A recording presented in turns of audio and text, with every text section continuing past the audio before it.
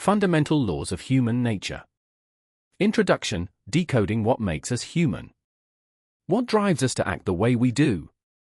Why do we repeat the same emotional patterns, fall into the same types of relationships, chase desires that ultimately leave us empty, or sabotage opportunities that might lead to growth? These are not random questions. They are rooted in something deep, ancient, and universal: human nature. For thousands of years, philosophers, sages, and scientists have sought to understand the mysterious forces that shape our behavior. From the Stoics of ancient Greece to the latest insights in neuroscience and behavioral psychology, the quest has remained the same: to understand what makes us who we are, and how we can live better because of that understanding. This book is part of that lineage. Fundamental Laws of Human Nature is not a scientific textbook, though it's grounded in research. Nor is it a spiritual treatise, though it touches the soul. It is a practical, honest exploration of the core patterns, the laws, that govern how humans think, feel, relate, and evolve. These laws are not external rules imposed on us. They are inherent truths that influence our inner world and social environment, often unconsciously. Some of these laws serve us, others trap us. Some illuminate the best of who we are, our capacity for empathy, love, meaning, and resilience. Others reveal our darker tendencies: fear, ego, manipulation, tribalism. To understand human nature is not to excuse bad behavior or romanticize flaws. It is to see clearly. And with clear seeing comes choice. If we are unaware of these forces, we are bound by them. But if we name them, study them, and reflect on them honestly, we gain the ability to respond rather than react, to rise above default conditioning and shape a more intentional, compassionate, and wise way of being. This book is divided into 5 parts, each exploring a different dimension of human nature. First, Biological and Psychological Foundations explores our basic instincts, desires, and mental patterns. Second, Emotional Dynamics and Inner Conflict delves into the powerful undercurrents of emotion, projection, and internal struggle. Third, Social Influence and Group Behavior examines how society, status, and identity shape us. Fourth, Conflict, Growth, and Resilience reveals the hidden forces that drive change, healing, and adaptation. Fifth, Transcendence and Self-Mastery brings it all together, showing how to consciously evolve beyond reactive patterns and live with greater meaning. Each chapter focuses on one fundamental law, a recurring principle that, once understood, becomes a key to unlocking deeper insight into ourselves and others. The goal isn't just intellectual understanding. It's transformation through awareness. Whether you are a leader seeking to understand human motivation, a partner longing for better relationships, or simply a curious mind on the path to self-discovery, this book is your invitation to look beneath the surface. To decode the machinery of behavior. To gain insight, not just into others, but into yourself. Because when you understand human nature, you begin to reclaim your power, the power to know, the power to choose, and most importantly, the power to grow. Welcome to the journey. Chapter 1: The Law of Survival. Quote, "Survival is not just the strongest instinct, it is the foundation upon which all other human drives are built." End quote. The primacy of survival. Long before humans worried about success, love, or meaning, we worried about survival. Our ancestors weren't concerned with self-actualization, they were concerned with finding food, avoiding predators, and keeping their tribe alive through harsh winters. Every instinct, every emotion, and even many of our modern behaviors are rooted in this primal law of survival. Today, the threats are rarely saber-toothed tigers or famines, but the same survival mechanisms still drive us, only now they manifest in subtler ways. We avoid social rejection as fiercely as our ancestors avoided predators because, evolutionarily, being cast out of the tribe meant death.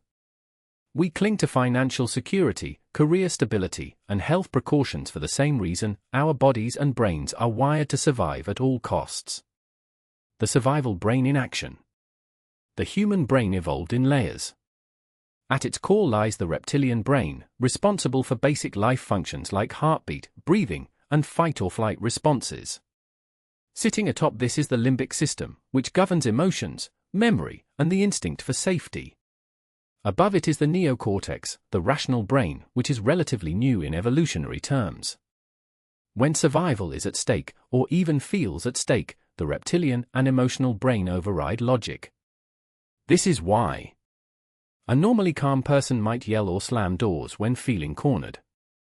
We panic at the thought of losing a job, even when we have savings. Someone might stay in an unhealthy relationship because, deep down, loneliness feels like a kind of death. Example: imagine Sarah, a marketing executive, who hears rumors of layoffs at her company. Despite receiving no direct warning, she starts working late every night, double-checking emails, and avoiding conflict with her boss. Her rational brain knows she is valued, but her survival brain screams, "If I lose this job, I lose security, I lose my home, I lose everything." Her stress levels spike, not because she's actually in danger, but because her brain perceives the possibility of social and economic death. Fight, flight, or freeze. When faced with perceived danger, humans typically react in one of three ways. 1. Fight, confront the threat directly. For example, arguing with someone who criticizes you, because criticism feels like a threat to your status. 2. Flight, escape or avoid the threat. For example, quitting a job suddenly instead of confronting workplace conflict. 3. Freeze, become paralyzed, unable to act. For example, feeling stuck when asked to speak in public. Example: Tom, a college student, is called unexpectedly to present his group project. His heart races, his palms sweat, and his mind blanks. Although there's no physical danger, the fear of embarrassment and judgment triggers his freeze response. A leftover survival mechanism from when being singled out by the tribe could mean rejection or danger. Survival in modern times. In the modern world, survival instincts show up as overreacting to criticism or rejection. We feel attacked, even when feedback is constructive. Hoarding resources or wealth. Think of people panic buying during a crisis like COVID-19. Fear of change. Because the brain perceives the unknown as unsafe, even when it might lead to growth. Overattachment to comfort zones. Staying in unfulfilling jobs or relationships simply because they feel secure. Mastering the survival instinct. The law of survival is not a flaw, it's a gift. It's the reason humanity exists. But in modern life, unchecked survival instincts can sabotage us. Here are practical ways to work with this law rather than against it. 1. Name the fear. When you feel overwhelmed, ask, "What do I fear losing?" Often, fear of embarrassment, failure, or rejection masks a deeper fear of not surviving or being safe. Example: before a job interview, instead of spiraling into anxiety, remind yourself, "I am not in danger. The worst outcome is rejection, and I can survive that." 2. Ground the body. Since survival responses are bodily, techniques like deep breathing, exercise, or progressive muscle relaxation calm the fight-flight-freeze system. 3. Separate real from imagined threats. Train yourself to distinguish between actual danger, a car swerving toward you, and perceived danger, someone disagreeing with your opinion. 4. Reframe loss. Understand that while our brains are wired to fear loss, most losses are not life-threatening. Failing a test or losing money is painful, but not fatal. The higher purpose of survival. Survival is the foundation, but it's not the goal of life. If we live only to avoid threats, we become trapped in fear. The real power comes when we honor our survival instincts while transcending them, using our awareness to pursue meaning, connection, and growth. Think of survival as the roots of a tree. Without roots, the tree dies. But if it only focuses on rooting deeper, it will never grow branches, leaves, or fruit. Likewise, mastering survival allows us to rise to higher needs: love, purpose, creativity, and wisdom. Key takeaways. Survival is the most powerful and primal law of human nature. Modern fears often stem from ancient survival mechanisms. Recognizing when your survival brain is overreacting allows you to respond with clarity instead of fear. Chapter 2: The Law of Pain Avoidance. Quote, "We change our behavior not because we want to, but because we want to stop hurting." End quote. The principle at a glance. Human beings are biologically and psychologically wired to avoid pain, physical, emotional, and psychological. While this instinct serves to protect us from harm, it also unconsciously drives many of our decisions, relationships, and patterns of behavior. Pain avoidance isn't always about danger, it's often about discomfort, the discomfort of rejection, failure, shame, or uncertainty. Understanding this law helps us see not only why people behave the way they do, but also how much of what we call personality or preference is actually a reaction to pain, real or imagined. Pain as a survival signal.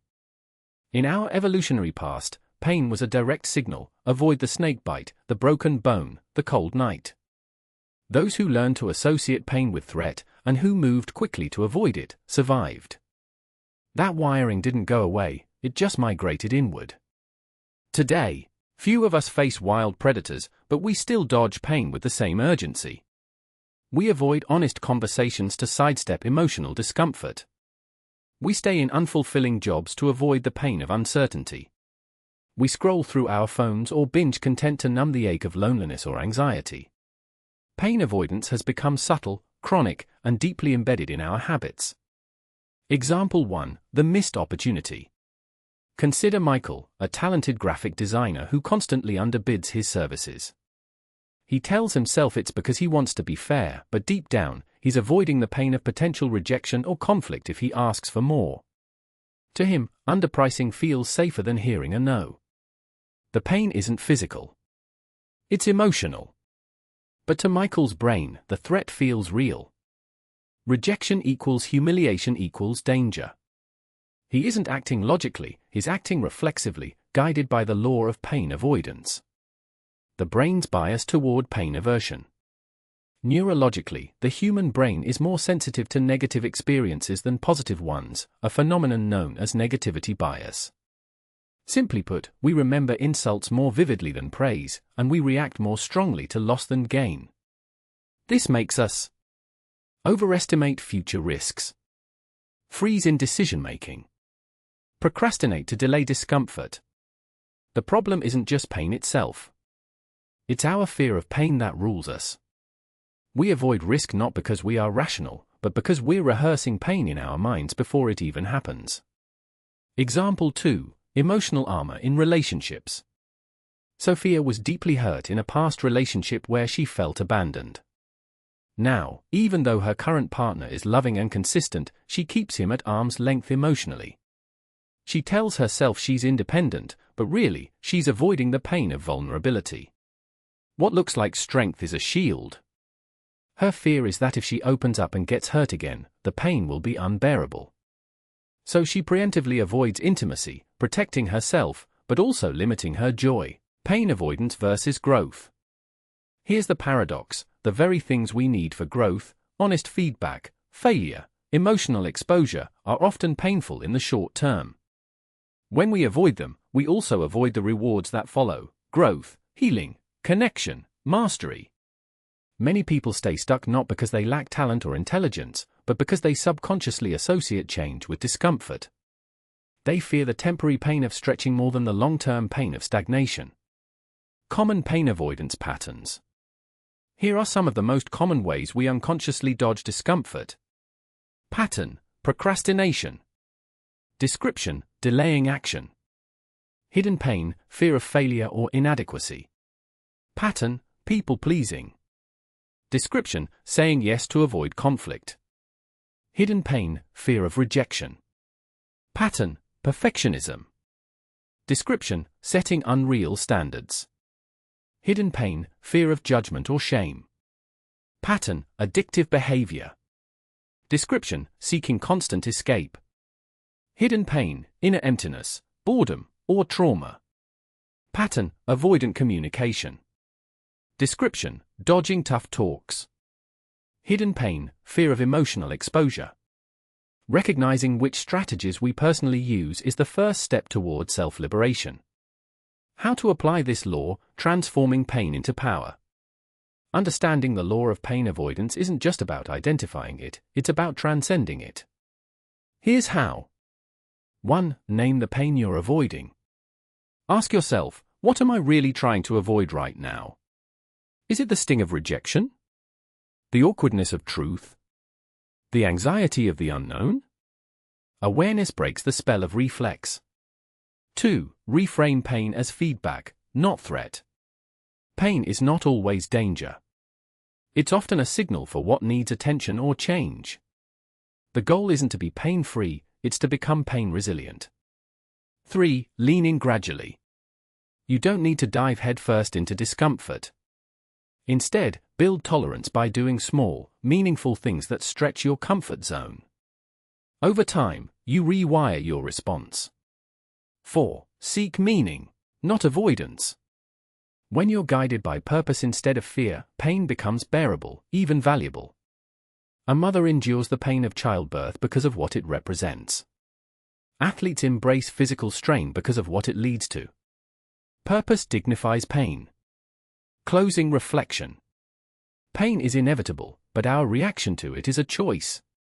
When we let the fear of pain silently govern our lives, we become its servant.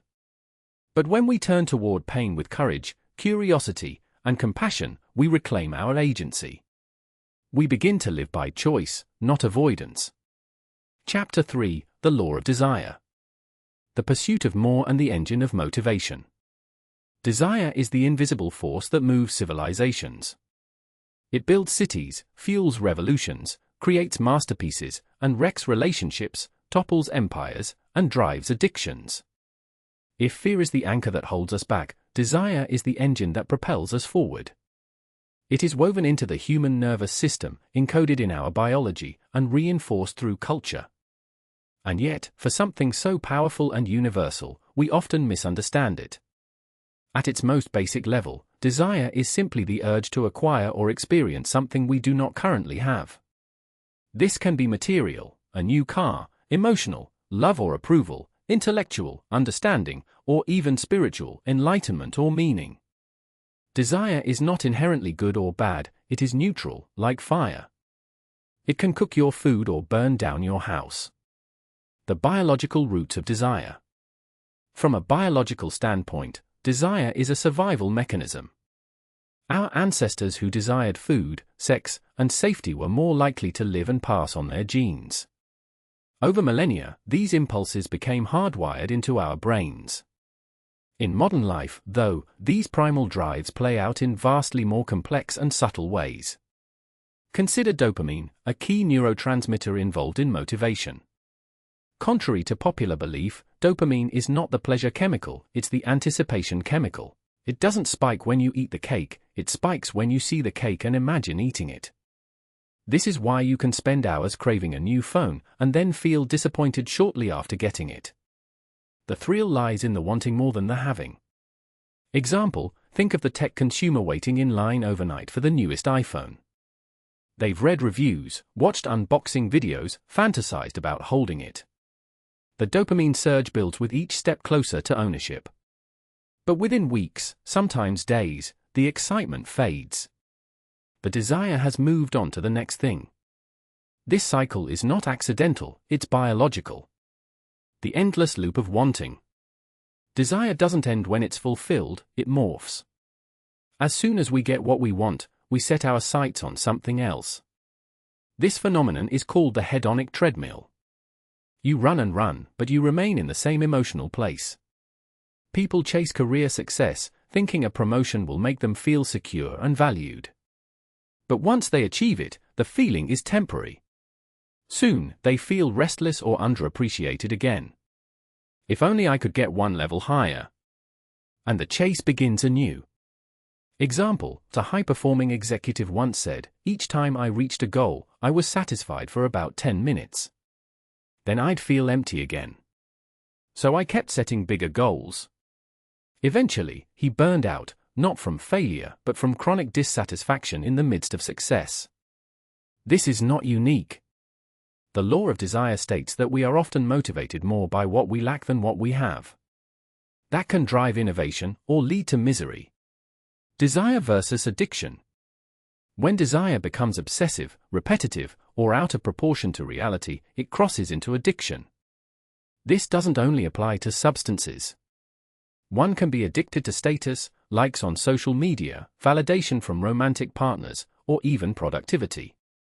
Example, a man checks his phone every 5 minutes, not because there's anything urgent, but because each notification offers a microdose of validation.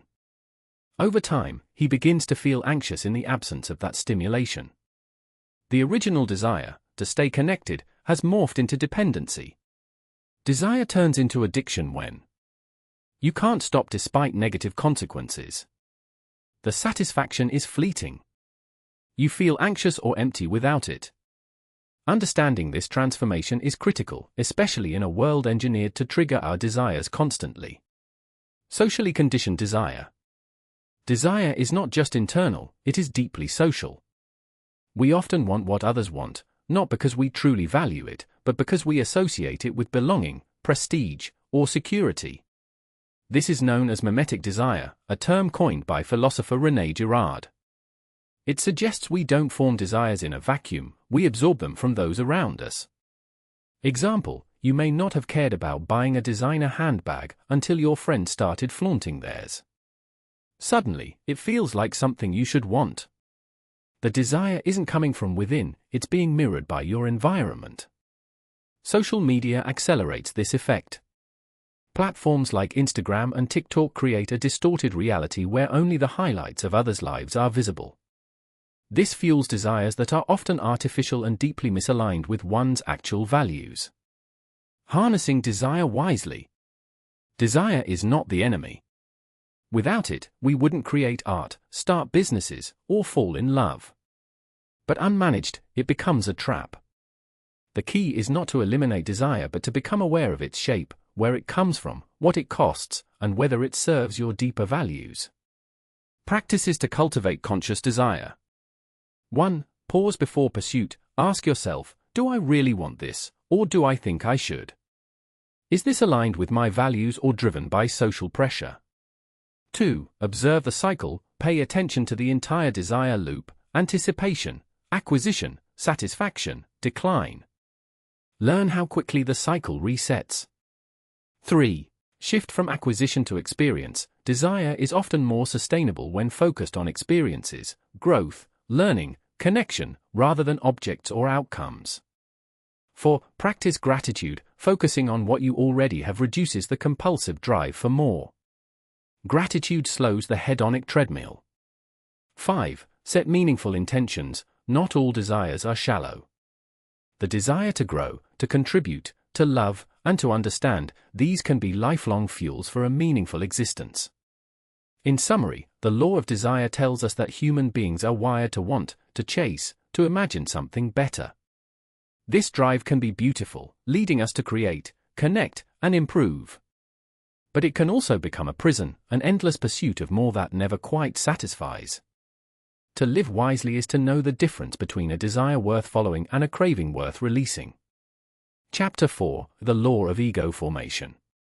The ego is one of the most misunderstood elements of human nature. Often, it's portrayed as a villain, a selfish, arrogant part of ourselves that must be defeated or dissolved. But this is a limited view.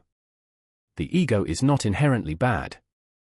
It is a necessary psychological structure, a kind of inner scaffolding we begin building in early life to help us survive, relate, and find our place in the world. The law of ego formation states that every human develops a sense of self in response to their environment, and that this constructed identity, while useful, can eventually become a barrier to growth if not examined. Understanding this law requires looking at how the ego is formed, why we need it, and what happens when we confuse it for our true identity. How the ego is formed. From the moment we are born, we begin absorbing messages about who we are and how we fit into the world. A baby doesn't have a self-image, it only experiences sensations. But over time, through interactions with parents, caregivers, peers, and society, a child begins to form a mental model of I and me. For example, imagine a child who is frequently praised for being quiet and obedient. Over time, they begin to associate their worth with being agreeable and not making trouble. Their ego, or self-identity, forms around the idea, I am a good person because I don't cause problems.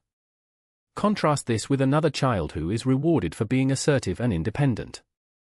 Their sense of self might form around being strong, vocal, and in control. I am valuable when I lead and speak up. Neither child is wrong. Both are adapting to their environments. But what's important is this: the ego is not who they truly are. It's a mask they develop to survive, feel loved, and gain approval. The ego as a survival tool. At its core, the ego is a survival mechanism. It helps us navigate social structures, avoid pain, and feel a sense of control in an unpredictable world. Without an ego, we would lack boundaries, direction, or even basic self-awareness. The ego tells you, I am different from others. This is what I like and dislike.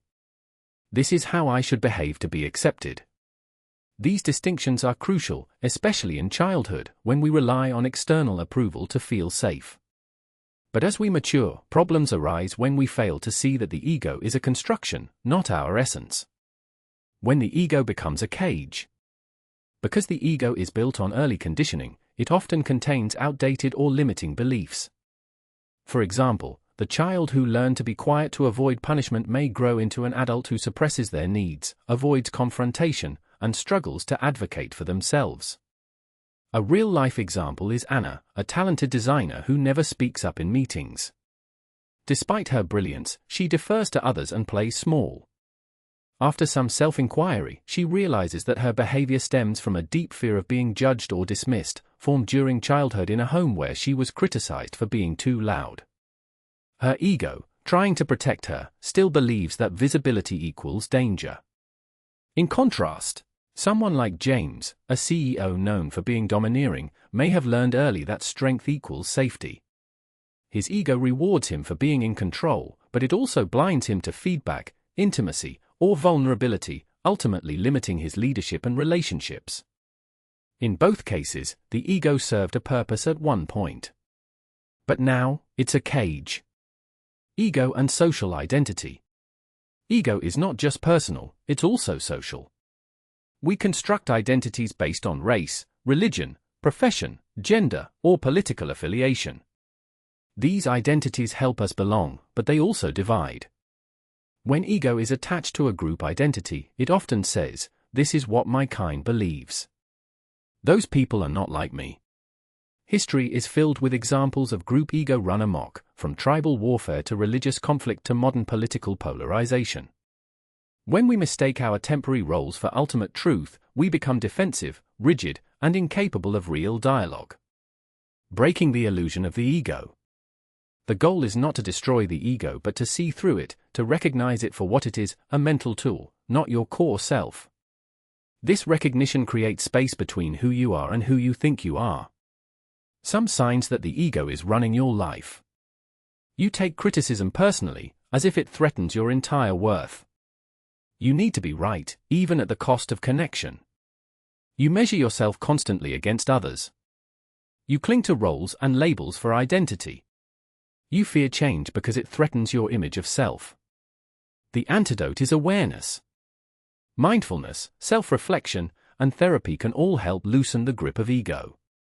So can asking questions like, who am I trying to please right now? Is this belief still serving me? What am I afraid will happen if I let go of this identity? Over time, you may discover that beneath the ego is a quieter, more fluid sense of self, one rooted not in roles or approval, but in presence, compassion, and clarity. Conclusion: use the ego, don't be used by it. The ego is a tool. Like a hammer, it can build or destroy. You need a strong ego to navigate the world, express your gifts, and protect your boundaries. But you also need the wisdom to know when it's limiting you, when old identities no longer fit, or when your image of self is costing you connection, freedom, or growth. The law of ego formation reminds us that while we must build a self, we must also be willing to rebuild, again and again, if we want to evolve. Chapter 5: The Law of Belonging. From the moment we are born, we are not just individuals, we are social beings. The human brain is wired for connection, and much of our behavior, from early childhood through adulthood, is shaped by a deep, often unconscious need to belong. The law of belonging states that human beings will often prioritize inclusion, acceptance, and group identity, even at the cost of truth, morality, or personal values. This law governs not only how we interact with others but also how we form our sense of self. We don't just want to be accepted, we need it, and when we feel excluded, it can feel like a kind of death. The biological roots of belonging. In early human history, survival depended on staying with the group. To be cast out of the tribe meant facing predators, hunger, and the elements alone. Evolution hardwired us to fear rejection and seek connection. Even today, rejection activates the same neural pathways in the brain as physical pain. This is why being left out of a conversation, ignored in a group setting, or publicly criticized can feel disproportionately painful. It's not just an emotional inconvenience, it's a biological alarm system signaling potential danger. Group identity and the pull of the tribe. Think of how quickly people adopt group identities: sports fans, political affiliations, religious denominations, even online communities. These affiliations create a powerful sense of unity. They provide a narrative: this is who I am. This is where I belong. But with that comfort comes a risk. Once we identify too strongly with a group, we begin to see outsiders as the other. Tribalism is born. The need to belong transforms into a need to defend the tribe, often without questioning whether the group's values still serve us. Consider high school cliques. A teenager may start dressing a certain way, speaking a certain way, or acting out of character, not because it aligns with their true self, but because the cost of being an outsider feels unbearable. They're not faking it to impress others, they're trying to survive emotionally. Now think bigger. Entire nations have gone to war, not because each citizen held personal hatred, but because they aligned themselves with group narratives of identity, loyalty, and protection. Conformity and the fear of rejection. In the 1950s, psychologist Solomon Asch conducted a famous study on conformity. Participants were shown a line and asked to match it to one of 3 lines of equal length. When alone, most answered correctly. But when placed in a group where everyone deliberately gave the wrong answer, many participants conformed, even when the truth was obvious. Why? Because being wrong with the group often feels safer than being right and alone. This instinct shows up in daily life. We might laugh at a joke we don't find funny, stay silent in a meeting despite having a different opinion, or pretend to agree with a friend just to keep the peace. Over time, these small acts of self-abandonment erode authenticity. Social media, a new arena for belonging. Social media has intensified the law of belonging. Now, our sense of inclusion or exclusion is tracked by likes, followers, and engagement. The fear of being cancelled, ignored, or unfollowed leads many to post for approval rather than expression. We carefully curate our personas, not necessarily to deceive, but to maintain connection. A single post can trigger validation or rejection, and our nervous systems respond accordingly. In this digital world, many people now belong everywhere and nowhere, linked to hundreds of online communities, but feeling increasingly lonely. The high cost of belonging at any cost. While belonging is a fundamental need, it becomes dangerous when we sacrifice self-awareness or personal ethics just to stay accepted. Consider a corporate employee who witnesses misconduct but stays silent to remain one of the team. A young person joining a gang or extremist group for a sense of family and identity. A partner who loses their voice in a relationship, adapting completely to the other's preferences just to avoid abandonment. In each case, the pain of exclusion outweighs the discomfort of inauthenticity, at least for a while. Healthy belonging is connection without self-betrayal. The antidote is not isolation but conscious connection, relationships where you can belong as yourself, not as a role you play. Healthy belonging allows space for individuality within the group. It encourages both loyalty and integrity. A functional family, for instance, celebrates difference. You don't have to hide parts of yourself to stay included. The same goes for healthy workplaces, friendships, and communities. True belonging begins when we belong to ourselves first, when we are willing to stand alone if necessary rather than compromise who we are. This doesn't mean becoming defiant or closed off. It means knowing that your worth doesn't depend on always fitting in. How to work with the law of belonging. 1. Notice when you're shrinking to fit. Ask, am I changing myself to be accepted, or am I being true to who I am? 2. Evaluate your tribes. Do your communities reflect your real values, or are you just afraid to leave? 3. Practice standing alone. Say what you believe, even if it's unpopular. Strengthen your emotional resilience. 4. Create spaces of real connection. Whether it's one friend or a chosen family, find relationships where you are seen and safe. 5. Reflect on your past. How did early experiences shape your need to belong? What old wounds are still driving you today? The law of belonging is not something to break. It's something to understand and use wisely.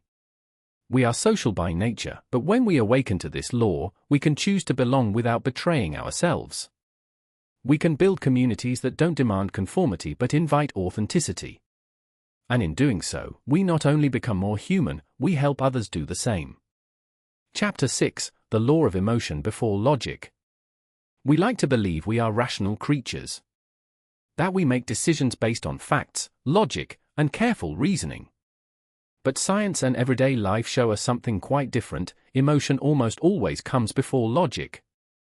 We feel, then we justify. We react, then we explain. This is the law of emotion before logic. In the vast majority of situations, human beings make emotional judgments first, and then use logic to defend or explain those feelings afterward. Our rational mind serves more as a lawyer than a judge, defending a position we've already emotionally committed to. Emotion, the brain's first responder. From a neurological standpoint, this law makes perfect sense. When we receive information from the world, it doesn't go straight to our rational brain. It first passes through older parts of the brain, like the amygdala, which is responsible for processing emotional signals, especially fear and threat. Only after this emotional filter is applied does the information reach the prefrontal cortex, the center of logic and analysis. In moments of stress, anger, or excitement, the emotional brain often overrides the rational one entirely. This is why someone in a heated argument might say things they regret, or why a person in love might ignore red flags that are obvious to everyone else. Example: the job interview. Imagine two candidates interview for the same job. One candidate walks in confident, charismatic, and warm. The second is more qualified on paper, but nervous and awkward in the conversation. The interview, despite knowing the second candidate has better credentials, feels more connected to the first. They rationalize their decision later. Well, cultural fit is just as important as skill, or we can train someone to improve their technical gaps. What's happened is simple: the emotional impression came first. The logic was shaped afterward to fit the feeling. The power of first impressions. Studies show it takes less than 7 seconds for people to form a first impression. Often, those impressions are sticky, even if they're wrong. A firm handshake, a smile, or a confident tone can evoke positive feelings that lead others to see someone as competent, trustworthy, or intelligent, regardless of the actual facts. In politics, marketing, relationships, and leadership, perception often trumps logic. A passionate speaker can sway a crowd even if their argument is full of holes. A brand can generate loyalty because it feels authentic, even if the product isn't the best on the market. Why emotion wins? There are several reasons why emotion tends to dominate logic. 1. Speed. Emotional processing is faster than rational thought. Our brains evolved to respond to danger or opportunity in milliseconds. 2. Simplicity. Emotions offer quick, simple answers, yes or no, like or dislike, safe or dangerous, while logic takes more time and effort. 3. Memory. Emotional experiences create stronger memories. We don't just remember facts, we remember how things made us feel. 4. Survival. Emotions like fear, attraction, and disgust helped our ancestors survive. Logic came later as a luxury, not a necessity. Manipulation and emotion. Marketers, politicians, and propagandists understand this law intimately. They know that appealing to emotion, especially fear, hope, pride, or anger, is far more effective than presenting a logical case. Consider political campaign ads that focus not on policy but on feelings, stirring music, imagery of national pride, ominous warnings about opponents. These are not logical appeals, they are emotional triggers. Relationships and misunderstandings. In personal relationships, this law plays out in countless ways. Two people may argue about who left the dishes in the sink, but the argument isn't really about the dishes. It's about feeling unappreciated, disrespected, or overwhelmed. The content is logical, the root is emotional. Trying to solve a relational conflict purely through logic often fails, because the actual issue is emotional in nature. Real resolution happens when the underlying feelings are acknowledged, not just the surface facts. Overcoming emotional hijacking. While we can't escape this law, we can become aware of it and reduce its negative effects. Some key practices include: pause before reacting, emotions demand speed. Slowing down gives your logical mind a chance to catch up. Name the emotion, simply identifying what you're feeling. I'm anxious, I feel disrespected, reduces its grip. Ask yourself what story you're telling. Emotions are often tied to unconscious narratives. Are you feeling ignored, or assuming you're being rejected? Seek feedback. Sometimes we need a neutral voice to help us see past our emotional filters. Example: the emotional investor. Consider an investor who sees the market dip and immediately pulls out their money, afraid of losing more. Logically, they know markets fluctuate and recover. But fear kicks in, and logic is silenced. Later, they say, it just didn't feel right to stay in. Again, emotion drives the action, logic trails behind. The role of emotion in wisdom. To be clear, emotion is not the enemy. Emotions contain valuable information, signals about our needs, boundaries, and values. The problem isn't emotion itself, but letting it dominate unchecked. True wisdom lies in integration, listening to emotion, but filtering it through reason. As the saying goes, the heart has its reasons which reason knows nothing of, but neither should the heart go entirely unexamined. Final thoughts. To understand yourself and others, you must accept that emotion is the first language of human behavior. It speaks before logic, acts before reflection, and influences far more than we often realize. By recognizing the law of emotion before logic, you don't eliminate emotion, but you can start to see its influence, manage it skillfully, and choose your responses more consciously. That is the beginning of real emotional intelligence, and one of the keys to mastering human nature. Chapter 7: The Law of Projection. One of the most subtle yet powerful mechanisms in human nature is projection. It is the act of unconsciously attributing our own thoughts, feelings, motives, or flaws to others. We rarely see people as they truly are, we see them through the lens of our own inner world. This law suggests that much of what we believe we observe out there is actually a reflection of what lies within. We do not simply interact with reality, we interpret it, often distorting it to match our internal narratives. To understand the law of projection is to begin seeing your reactions not as judgments of others, but as windows into yourself. The basics of projection. Projection is a defense mechanism first formally described in psychoanalytic theory by Sigmund Freud. When faced with feelings or qualities that we cannot consciously accept in ourselves, we unconsciously push them onto others. This allows us to distance ourselves from uncomfortable truths while still expressing them, just in a disguised form. For instance, a person who is deeply envious but unable to admit it might accuse others of being jealous or petty. A highly competitive individual may claim that everyone around them is trying to win or looking for attention, when in fact that impulse originates within them. Projection acts like a psychological mirror. What we deny or suppress, we externalize. Example 1. The overly suspicious partner. Consider James, who constantly accuses his girlfriend of being unfaithful, checking her phone, tracking her whereabouts, and interpreting innocent behavior as flirtatious. No matter how faithful she is, he insists something must be wrong. In reality, James is struggling with his own unacknowledged temptation. He harbors guilt over past flirtations or hidden fantasies.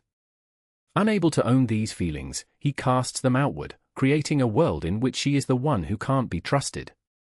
His mind needs her to be guilty so he doesn't have to face his own shadow. Why we project. There are several reasons why projection is such a fundamental human behavior. 1. Emotional protection, admitting certain emotions, like anger, shame, envy, insecurity, can be painful. Projection lets us push them away. 2. Preservation of self-image, we all carry a self-concept, an image of who we think we are. If something threatens that image, projection allows us to maintain it by blaming others. 3. Avoiding responsibility, it's easier to believe the problem lies with someone else. Projection removes the burden of change. Example 2, the harsh critic. Anna prides herself on being nice. She avoids conflict, always smiles, and considers herself above negativity. Yet, she often gossips, complains about toxic people, and calls others mean or judgmental. What she cannot see is that her niceness is a mask. Her own unexpressed anger and criticism, rather than being integrated, are projected onto others. She criticizes their judgmental nature while unconsciously acting it out herself. Common forms of projection. 1. Moral projection, we accuse others of behavior we find unacceptable in ourselves. For example, people are so lazy these days, says the person avoiding their own responsibilities. 2. Emotional projection, we claim others are feeling what we're feeling. For example, you're angry with me, says someone who is actually harboring resentment. 3. Shadow projection, we attack qualities we've repressed. For example, a rigid, highly self-controlled person may mock others for being weird, emotional, or weak. Group projection. Projection isn't just an individual act, it happens in groups, cultures, and even entire nations. Societies can project disowned fears and aggression onto other groups, creating scapegoats and stereotypes. Historically, political regimes have used projection to justify violence or persecution. A country may accuse another of hostility while engaging in covert aggression themselves. Religions may condemn others as immoral while ignoring their own hypocrisy. Projection, on a societal scale, becomes ideology.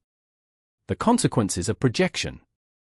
When we live in projection, we remain blind to ourselves. We become reactive, misjudge others, and damage relationships. Worse, we often attract or provoke the very behavior we fear because people feel misunderstood, attacked, or distrusted. In personal relationships, projection creates cycles of blame and defensiveness. At work, it can lead to toxic dynamics where others become targets of insecurity. Internally, it stunts emotional growth by denying us the chance to understand and evolve through our flaws. Example 3, the controlling manager. Daniel micromanages every task his employees do.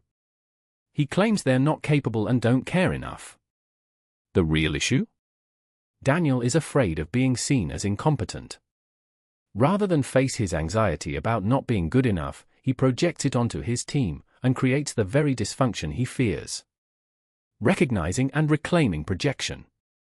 Breaking free from projection requires self-awareness and humility. It's not easy to admit that what bothers us in others may reflect something in ourselves. But doing so is an act of psychological maturity and emotional intelligence. How to identify your projections. Strong emotional reactions. When someone's behavior triggers you more than it logically should, ask, what part of me feels threatened or exposed? Repeated patterns. If you keep encountering the same type of person, it may be a clue to your projections. Exaggeration, overgeneralized judgments, for example, everyone's fake, no one listens, often reflect in a conflict. Reflection exercise. Think of someone you dislike intensely. Write down the qualities that bother you most. Then ask, have I ever acted that way? Do I fear being seen that way? What might this person be reflecting about me? This exercise doesn't excuse bad behavior in others, but it brings the focus back to what you can control, your own self-understanding. Owning your shadow. Swiss psychologist Carl Jung referred to projection as the displacement of the shadow, the hidden, repressed parts of our psyche. He believed personal growth involved facing and integrating this shadow. Rather than fearing your anger, envy, or selfishness, you can begin to acknowledge it, learn from it, and transform it into strength. Owning your shadow is not about indulging your worst impulses, it's about reclaiming the parts of yourself you've disowned, so they no longer control you from the dark. Final thoughts. The law of projection teaches us that what we hate, fear, or exaggerate in others often reveals what we are unwilling to face in ourselves. It is not a flaw in our character but a natural part of being human. Still, left unconscious, it can become a trap. By shining light on projection, we break that cycle. We stop blaming the world for what originates within. We take responsibility not just for our behavior, but for the lens through which we see life. When you become aware of your projections, you gain power. Not over others, but over yourself. And that is the beginning of true self-mastery. Chapter 8: The Law of Inner Conflict. Human beings are not singular in their motives or desires.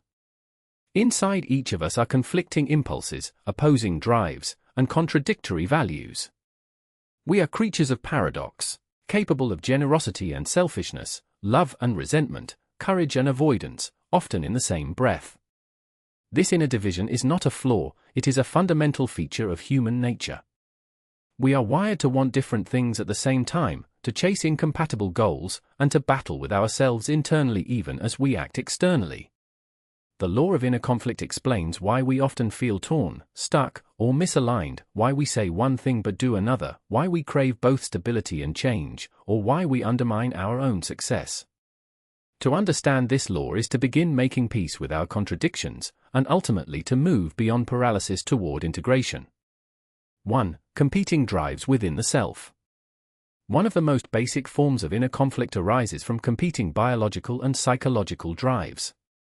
We may want comfort but also crave achievement. We long for connection but fear vulnerability. We desire freedom while simultaneously seeking security. These are not just philosophical tensions, they are baked into our biology. Consider the example of someone pursuing a creative dream, such as starting a business or writing a novel. A strong part of them wants to break free, to express their voice, to take a risk. But another part of them, the part shaped by fear, responsibility, and the need for approval, resists. This second voice whispers, "What if you fail? What will people think? Can you afford to take the chance?" The result is often paralysis or self-sabotage.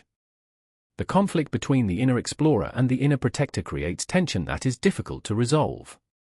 These inner voices are not wrong, they represent different survival strategies.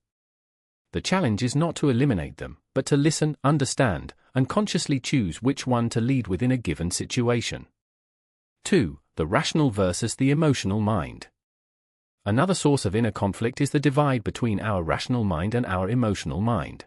Psychologist Daniel Goleman describes this as the emotional hijacking that occurs when the amygdala, our brain's emotional center, overrides the neocortex, the rational center. We've all experienced this. You know you should remain calm in an argument, but anger takes over. You know it's unwise to send that text, eat that food, or make that impulsive purchase, but emotion wins. Inner conflict often arises not because we lack intelligence, but because reason and emotion are not always aligned. One part of us wants what makes sense. Another part wants what feels good or what helps us avoid pain. Real maturity begins when we stop seeing reason and emotion as enemies and begin learning to mediate between them. A wise self doesn't suppress emotion or blindly follow it, it listens, reflects, and then acts with awareness. 3. The moral self versus the shadow self. One of the deeper and more painful conflicts within human beings is between the idealized self, the person we want to be, and the shadow self, the parts of us we deny, repress, or judge. Carl Jung called this the shadow, the repository of traits we don't want to see in ourselves. This might include selfishness, jealousy, aggression, or vulnerability. But denying the shadow doesn't eliminate it, it simply pushes it into the unconscious, where it exerts even more power. Take the example of a highly moral person who prides themselves on being virtuous. If they deny their own selfish or aggressive impulses, these may emerge in passive-aggressive behavior, moral superiority, or even in explosive outbursts when triggered. The more we disown parts of ourselves, the more fragmented we become. Inner conflict arises when we cling to a self-image that excludes complexity. The solution is not to act on every impulse, but to acknowledge all parts of ourselves, to bring the shadow into the light. Only through self-honesty can we begin to unify the inner world. 4. Self-sabotage. When parts of you work against each other. Inner conflict often results in self-sabotage, when one part of us sets a goal, and another part quietly undermines it. This might look like procrastinating on a project we deeply care about, picking fights in a healthy relationship, avoiding opportunities that would move us forward. Why do we do this? Because the unconscious part of us may associate success with danger. Perhaps it fears visibility, rejection, or responsibility. These hidden fears create a conflict between the conscious goal and the unconscious need for safety. For example, a person who grew up in a household where ambition was discouraged may internalize a belief that success leads to abandonment or resentment. As an adult, they might pursue their goals but accidentally miss deadlines, forget important tasks, or downplay their achievements.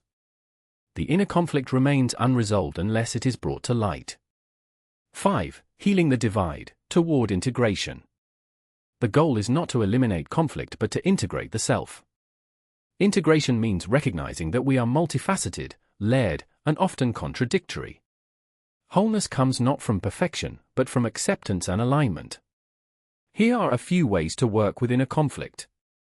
Name the parts. Instead of saying I'm confused, identify the different parts. Part of me wants this, and part of me fears it. Giving voice to each part helps disarm its hidden power. Dialogue with yourself. Write out or mentally hold a conversation between the conflicting parts. Ask each what it wants and what it fears. Often, both parts are trying to protect you in different ways. Bring in the wise observer. Cultivate a neutral, compassionate inner witness who can see the full picture. This meta-awareness is what allows conscious choice rather than reactive behavior. Make space for both. Often, inner peace comes not from choosing one side, but from allowing both to exist and finding a third path that honors the needs of each. Conclusion: embrace the paradox. To be human is to carry contradiction. We are both light and shadow, instinct and intellect, chaos and order.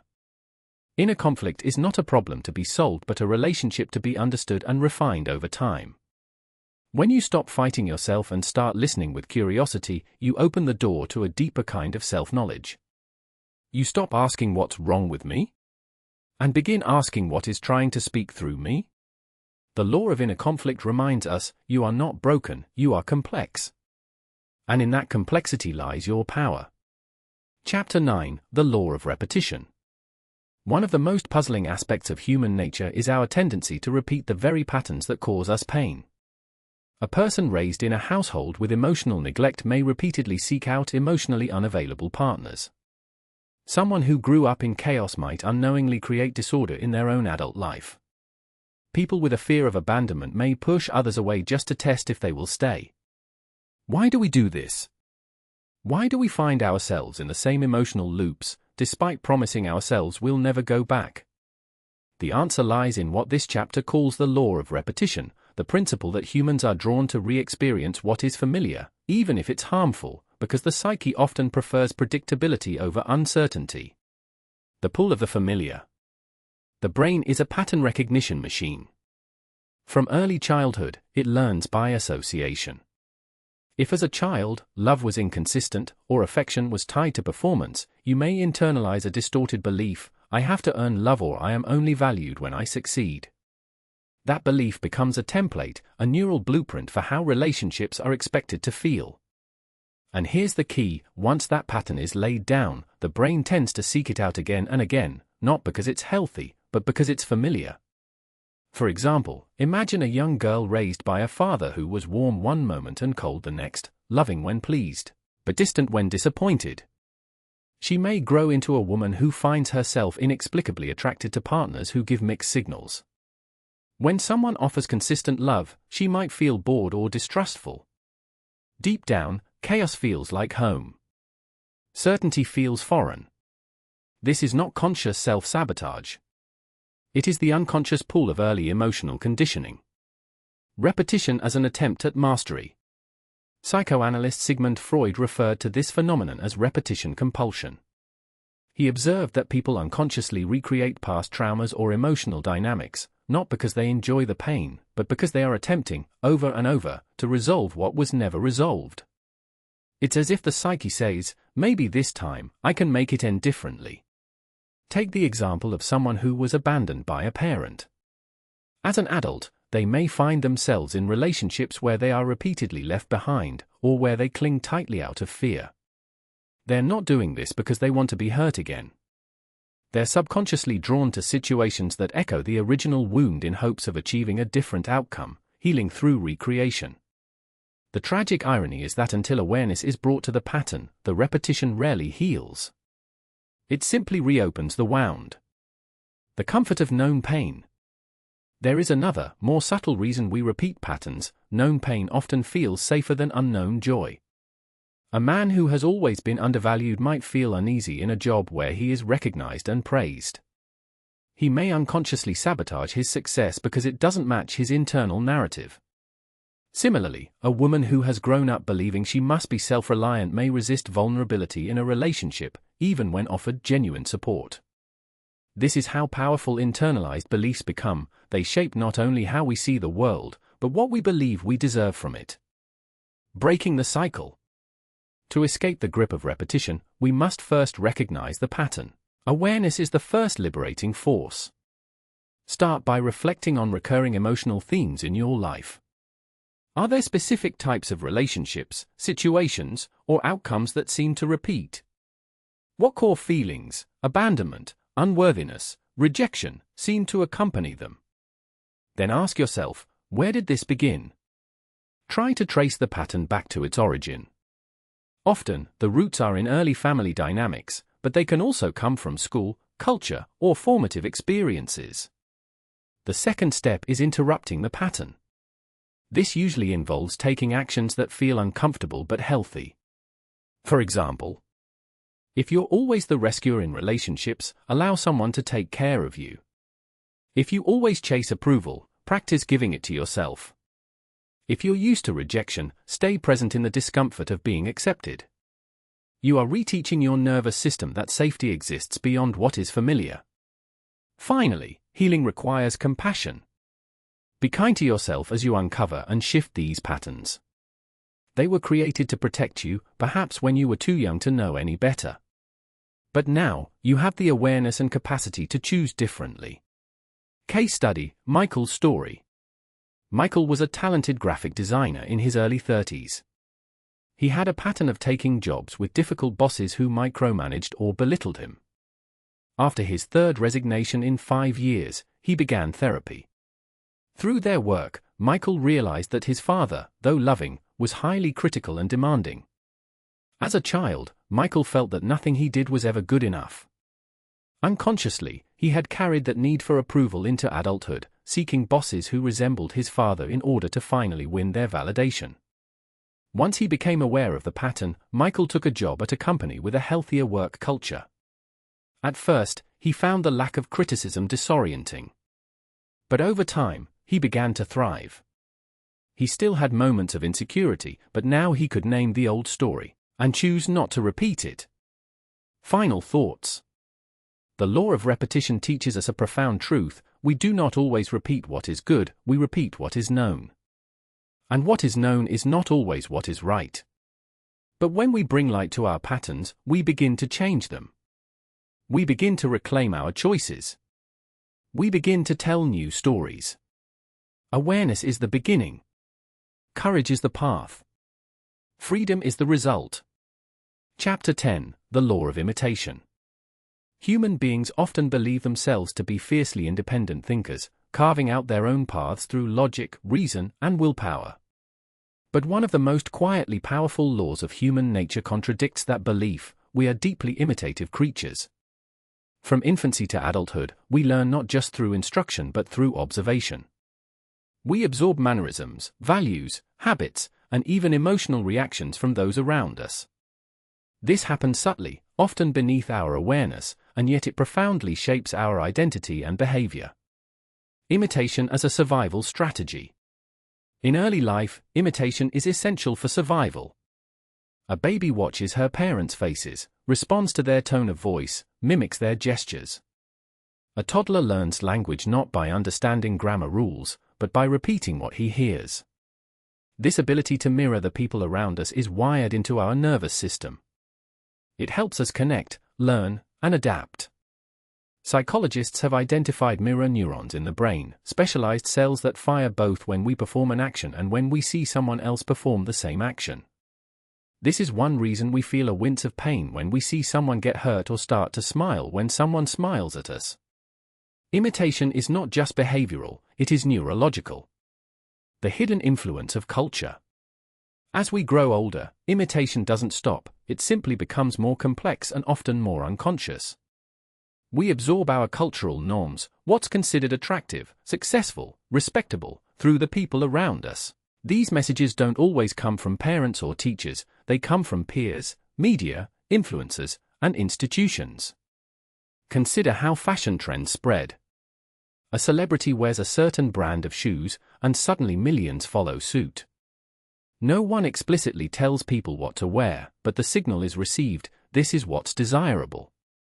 The same goes for slang, political opinions, and even expressions of morality. Social media accelerates this phenomenon. Platforms like Instagram, TikTok, and YouTube are not just content-sharing hubs, they are engines of mimicry. One viral dance, phrase, or trend can spread globally within days. Users imitate to participate, to belong, to be seen. Imitation in relationships and emotion. We also imitate on a more intimate level. In relationships, emotional states are contagious. Spend enough time around someone who is anxious, and you may start to feel edgy yourself. Hang around someone optimistic, and you're more likely to adopt their outlook. This is sometimes called emotional contagion, and it's a form of imitation at the emotional level. In romantic relationships, partners often unconsciously adopt each other's speech patterns, routines, and even facial expressions over time. Think of an old couple that seems to move in sync, finishing each other's sentences, reacting in harmony. That synchronicity didn't arrive overnight, it evolved through years of subtle mirroring. The double-edged sword of imitation. Imitation is not inherently good or bad, it's simply powerful. But that power can lead us in very different directions depending on who or what we are copying. On the positive side, imitation allows us to adopt constructive habits. Surround yourself with disciplined, kind, or creative people, and you're likely to become more disciplined, kind, or creative yourself. This is why mentors, role models, and healthy communities are so valuable. They offer a blueprint for who we might become. But the same law works in reverse. We are equally vulnerable to adopting destructive behaviors. Children who grow up in violent or emotionally unstable homes often carry those patterns into adulthood, not because they approve of them, but because those were the models they internalized. Similarly, people immersed in cynical, dishonest, or toxic environments may unconsciously mirror those norms without realizing it. Consider someone who joins a corporate culture where overwork and cutthroat competition are normalized. At first, they may resist the culture, but over time, they begin to talk faster, check their email compulsively, and treat co-workers as threats. They've been absorbed by the environment. The myth of originality. Many people pride themselves on being original thinkers, unique personalities. But when you peel back the layers, even our most individual traits are often composites of people we've admired, places we've been, or movements we've encountered. Take an artist, for instance. Their style might seem groundbreaking, but on closer inspection, it may borrow techniques from one mentor, color palettes from another, and themes from their culture. Even innovation is often an imitation with a twist. This is not an insult to creativity, it's a recognition of how human growth works. We don't invent ourselves from scratch. We shape ourselves by selecting who and what we imitate. The wisest people do this consciously. Becoming a conscious imitator. So how can we use the law of imitation wisely? By becoming aware of who we are copying, and why. Ask yourself, who do I spend the most time around? What kinds of behavior do I see being rewarded in my environment? What role models have I unconsciously absorbed? Am I imitating out of fear and conformity, or out of aspiration and alignment? When we live unconsciously, we mimic by default. But when we live with awareness, we begin to choose our influences. We can surround ourselves with people who bring out the best in us, study the habits of those we admire, and avoid environments that slowly erode our values. A practical exercise: for 1 week, observe your own behavior through the lens of imitation. Notice how your speech shifts depending on who you're with. Pay attention to the ideas you repeat from others without questioning. Then, begin to refine your exposure. Curate your input as carefully as you would your diet. Final thought. We are all echoes of others, voices within voices, patterns passed down through time. But within the echo is also the possibility of a unique voice, a chosen voice. Imitation may be inevitable, but what you imitate is not. By understanding the law of imitation, you reclaim a subtle but powerful form of agency. You don't have to be a slave to your environment. You can become a sculptor of your identity, one influence at a time. Chapter 11: The Law of Status and Dominance. Every society has its own pecking order. From ancient tribes to modern corporations, from high school cafeterias to online influencer culture, human beings are constantly ranking themselves and others. Status is the invisible force that structures social interactions, fuels ambition, and often drives our deepest insecurities. Whether we admit it or not, we all feel it. And it influences us far more than we think. At its core, the law of status and dominance reveals this truth. Human beings are status-sensitive creatures who constantly seek recognition, avoid insignificance, and subconsciously measure their worth in relation to others. This drive is not inherently evil or superficial. In fact, it evolved as a survival tool. In early human communities, social rank often determined access to food, mates, safety, and influence. Being accepted and respected by the group was essential for survival. Those who were ignored or cast out risked isolation, which was often a death sentence. Though we now live in cities, attend Zoom meetings, and track likes on social media, the psychological machinery hasn't changed much. Our need for status is wired into our nervous system. And today, it plays out in subtle, and sometimes destructive, ways. 1. The hierarchical instinct. All social animals create hierarchies. Among chimpanzees, dominant individuals use gestures, displays of strength, and grooming rituals to assert their place. Humans do the same, but with more complex signals. Consider a corporate office. Titles like manager, director, or CEO serve as markers of rank. But beyond formal roles, people pick up on nuanced cues, tone of voice, who speaks first in meetings, who interrupts whom, who gets invited to certain circles. Take for example, a young employee named Sarah. She works hard but notices that her ideas aren't taken seriously until they're repeated by someone higher up the ladder. Even if no one says it outright, she's absorbing an implicit message: in this environment, her current status limits her perceived value. We don't just seek food or safety, we seek esteem. And we tend to defer to those who appear higher in the hierarchy, even if they haven't earned it. 2. The many forms of status. Not all hierarchies are based on wealth or physical strength. In some groups, intelligence, creativity, charisma, humor, or even suffering can be status markers. In academic circles, the most published or cited scholar often commands the most respect. In spiritual communities, humility and detachment from material goods might elevate someone. On social media, a high follow count or verified badge creates the illusion of authority, even if the substance is lacking. Humans are highly adaptive when it comes to understanding what counts in a specific group. A person who feels invisible in one context may feel like a leader in another. This adaptability can be empowering, but also make people chase status in inauthentic ways. 3. Dominance versus prestige. Psychologists distinguish between two forms of status. Dominance, status achieved through force, fear, or manipulation. Prestige, status earned through competence, wisdom, or contribution. A dominant leader uses intimidation to control others. A prestigious leader earns admiration through skill and integrity. While both can be effective in the short term, only prestige fosters long-term loyalty and trust. For example, a manager who yells, shames, or withholds praise may get short-term compliance. But resentment builds. On the other hand, a leader who mentors their team, admits mistakes, and uplifts others may not be feared, but is often remembered, followed, and respected. Understanding this difference helps us choose how we want to influence others, and who we allow to influence us. 4. Status anxiety. Because our sense of worth is so often tied to how we compare with others, many people suffer from a kind of invisible illness, status anxiety.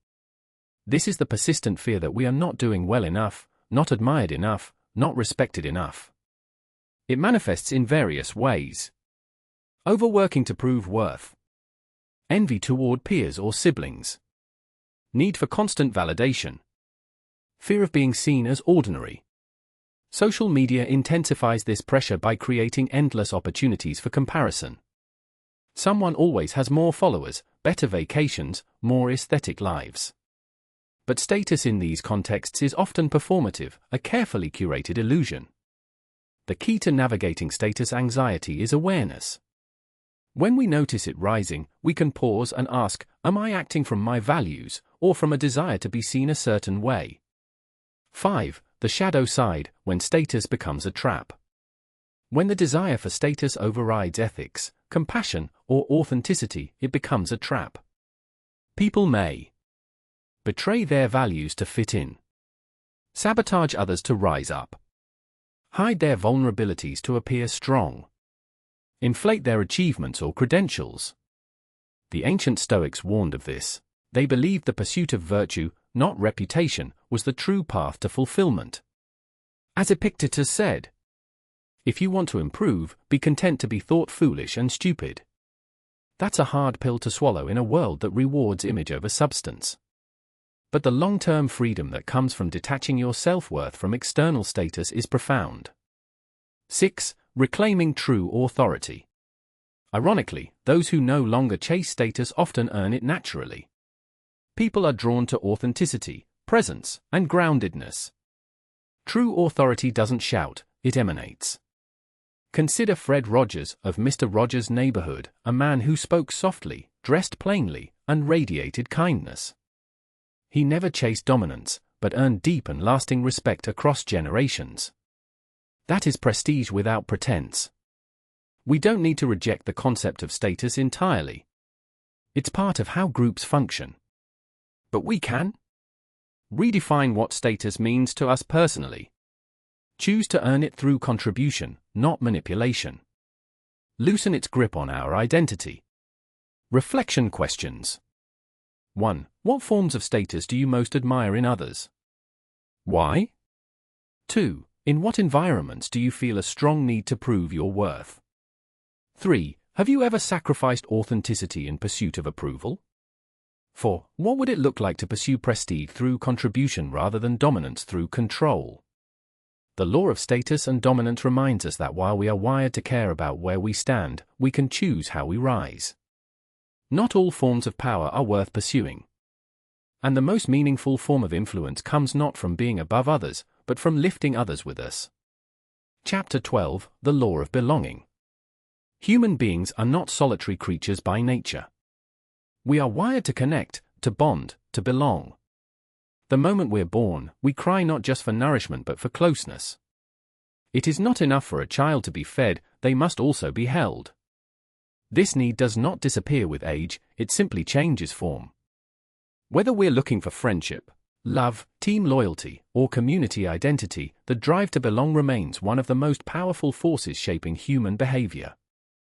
At the heart of the law of belonging is a simple truth: we will often sacrifice reason, morality, and even our own individuality in exchange for the feeling of being accepted. The evolutionary roots of belonging. In ancient times, being excluded from the group often meant death. A lone human could not hunt large animals, defend themselves against predators, or survive harsh environments. To be a part of a tribe was to be safe. To be exiled was to be endangered. That survival need became a psychological imprint. Social rejection doesn't just feel unpleasant, it feels threatening. Studies using brain scans have shown that social pain activates the same neural regions as physical pain. A harsh insult or sudden exclusion registers in the brain similarly to a cut or a burn. That's why people go to such great lengths to avoid it. This explains why even highly intelligent people sometimes conform to obviously irrational ideas or join harmful movements. The brain often values acceptance over accuracy.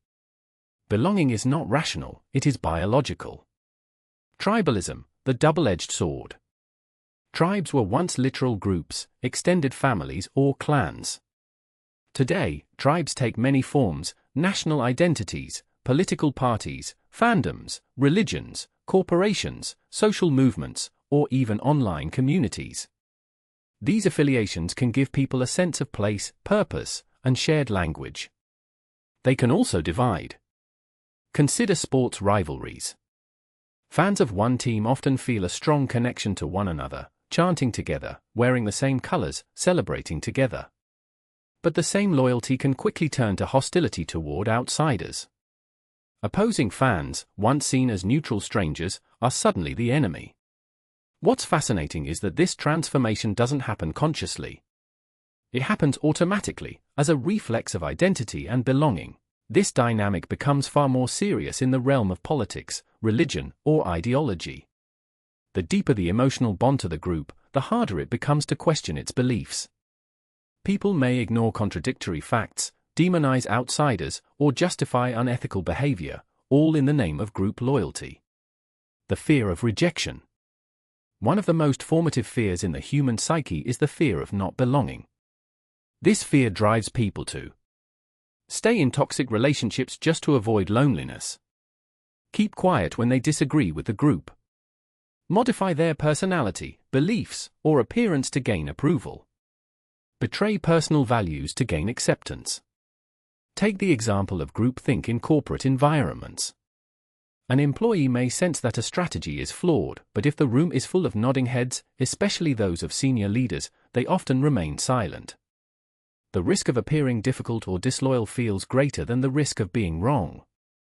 Many business failures, military blunders, and political missteps can be traced back to this fear: it's better to be wrong together than to be right and alone. Social media and the illusion of belonging. In today's digital age, the law of belonging has taken on new forms. Social media offers instant feedback loops, likes, shares, followers, that simulate the feeling of belonging. But much of it is performative. People curate their identities for approval, chasing algorithms rather than authentic connection. This can lead to a shallow form of tribalism. Online mobs form quickly, and cancel culture often becomes more about group allegiance than actual ethics. People are rewarded for outrage, not nuance. The desire to be seen as part of the good group can make us cruel to others.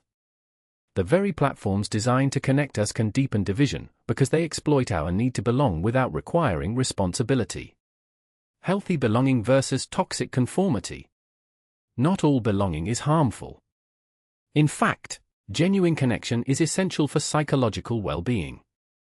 Studies consistently show that people with strong social ties live longer, recover faster from illness, and are less likely to suffer from depression. Healthy belonging is marked by inclusion without coercion, shared purpose with room for individuality, emotional safety and open communication. Toxic belonging, on the other hand, demands absolute loyalty, suppression of dissent, conformity over authenticity. The challenge is to know when belonging uplifts you, and when it compromises who you are. How to apply this law?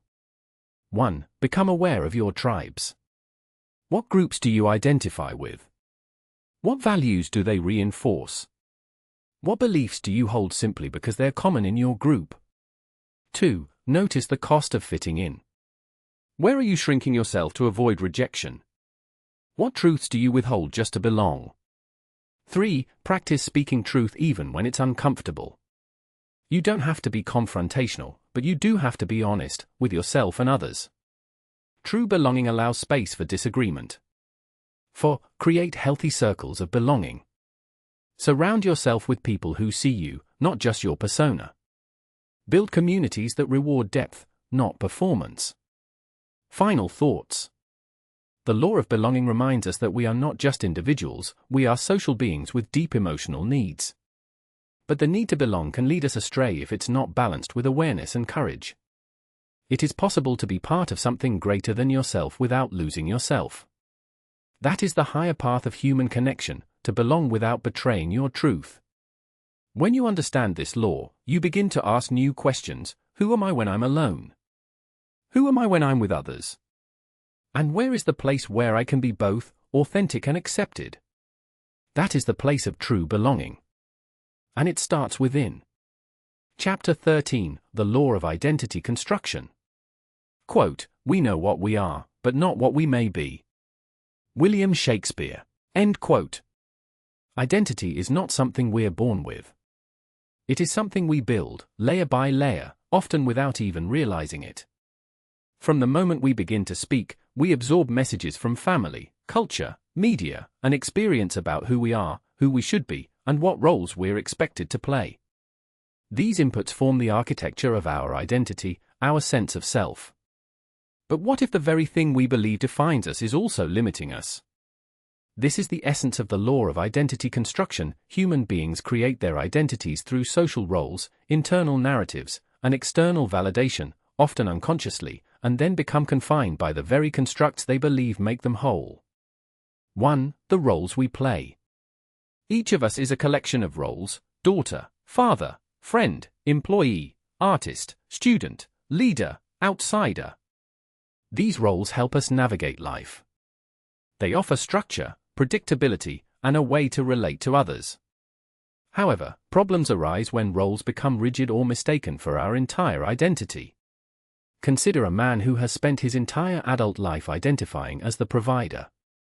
His sense of worth is tied entirely to his job and income. If he gets laid off, he doesn't just lose a paycheck, he loses himself.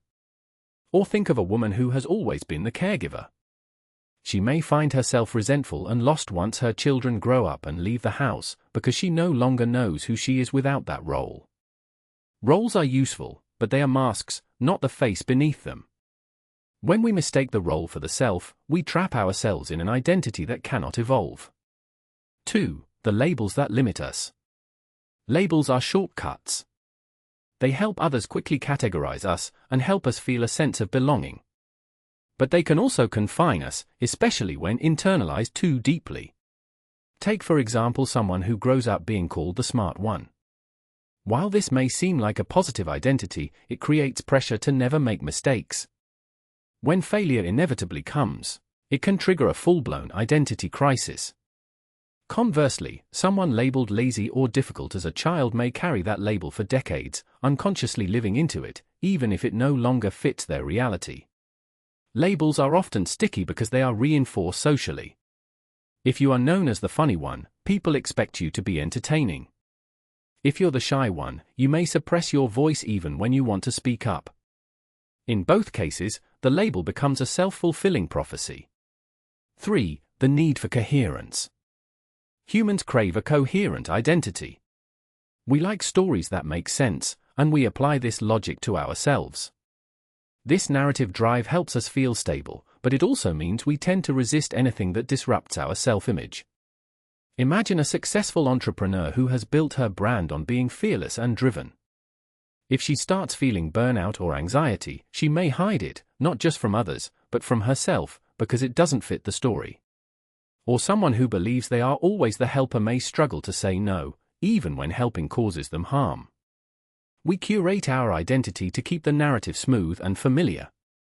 But real growth is messy. It often requires us to admit things that don't match our current self-story. That's why transformation can feel like death. We're not just changing behaviors, we're dissolving pieces of the ego that have long defined us. For identity in the digital age. Social media adds another layer of complexity. Platforms like Instagram and TikTok reward polished, curated versions of the self. In this environment, identity can become a performance, tailored to attract likes, followers, or validation. While it may feel empowering, this performative self can quietly erode authenticity. Take the case of a fitness influencer who feels pressure to appear motivated and perfect every day. Behind the scenes, they may struggle with body image issues or exhaustion, but the online identity won't allow space for that. Over time, the gap between the digital self and the real self becomes a source of anxiety, disconnection, or even depression. 5. The possibility of reinvention. The good news is that identity is not fixed. It is fluid, even if we don't always feel that way. Human beings can evolve. We can shed old roles, rewrite our stories, and choose more authentic ways of being. Consider the example of someone who, after a lifetime in corporate management, decides to become a therapist. This shift may confuse friends or family, but you're a business person. But internally, it may feel like a return to something more real. Reinvention often means disappointing others to stay true to yourself. Or look at someone who was once known for being angry and reactive. With inner work and self-reflection, they may develop emotional intelligence and learn to respond with patience. While others may still associate them with who they were, this doesn't invalidate who they've become. Identity, at its best, should be a reflection of growth, not a prison built from the past. Practices for reclaiming authentic identity. 1. Question your roles. Ask yourself, who would I be without this role? Am I playing it out of love or fear? 2. Notice the labels. Reflect on which labels you've accepted, for example introvert, failure, hero, too sensitive. Are they still serving you? 3. Allow complexity. You are not just one thing. Make space for contradictions. You can be kind and assertive, scared and brave. Embrace evolution. Give yourself permission to outgrow people, labels, habits, even your own self-image. 5. Create a living narrative. Rather than a fixed identity, adopt a living story. I'm someone who is learning, I'm someone in process, or I'm evolving. Conclusion: the self is not a statue, it's a river. The law of identity construction reminds us that who we think we are is often a collection of social scripts, unconscious patterns, and outdated narratives. But we are not bound to those scripts. We are not statues, we are rivers, constantly in motion, capable of change. When we stop clinging to a rigid identity and begin to embrace who we are becoming, we don't lose ourselves. We find a space to finally be free. Chapter 14, The Law of Deception. Quote, "The easiest person to fool is yourself." Richard Feynman. End quote. At first glance, deception seems like an ethical failure, something we do when we're trying to hide the truth or take advantage of others. But deception, as a behavior, is far more complex and widespread than simple lying. It is a natural feature of human interaction, and more surprisingly, of self-perception. We deceive others to survive socially. We deceive ourselves to maintain psychological stability. And most of the time, we don't even realize we're doing it. This chapter explores the law of deception, the human tendency to manipulate truth, both outwardly and inwardly, in order to protect status, avoid pain, or gain advantage. Understanding this law means learning how to spot deception in others, yes, but more importantly, how to uncover it in ourselves. 1. The origins of deception, survival and strategy. From an evolutionary standpoint, deception has served a clear purpose. In the animal kingdom, many species use forms of deception, camouflage, mimicry, and misleading behaviors to evade predators or attract mates. Humans evolved with more sophisticated versions of this ability, not just physical, but psychological deception. Children begin to lie as early as age 2 or 3, usually to avoid punishment or gain attention. But the real turning point comes when a child learns that others have minds of their own, a developmental milestone known as theory of mind. Once we understand that people don't know everything we do, deception becomes a viable strategy. For example, a child might eat cookies before dinner, then deny it when asked, even with crumbs on their face. They know what they did, and they know you don't, so a lie becomes possible. Adults do this too, just with more subtlety. We shade the truth in job interviews, hide our true feelings in relationships, or downplay mistakes at work. It's rarely malicious. More often, it's tactical. 2. Social masks, the persona as deception. Much of what we call personality is, in reality, a carefully managed persona. It's the version of ourselves we present to the world, confident, agreeable, intelligent, moral. We polish this persona to gain approval and status, while hiding traits we think might lead to rejection. Consider the example of a corporate executive who exudes confidence and authority at work, but feels insecure and overwhelmed in private. Or the social media influencer who preaches mindfulness and self-love while silently battling anxiety and depression. Their public identity is not a lie, but it is incomplete, carefully edited to conceal the vulnerable truth. This is the deception of image management, and it is nearly universal.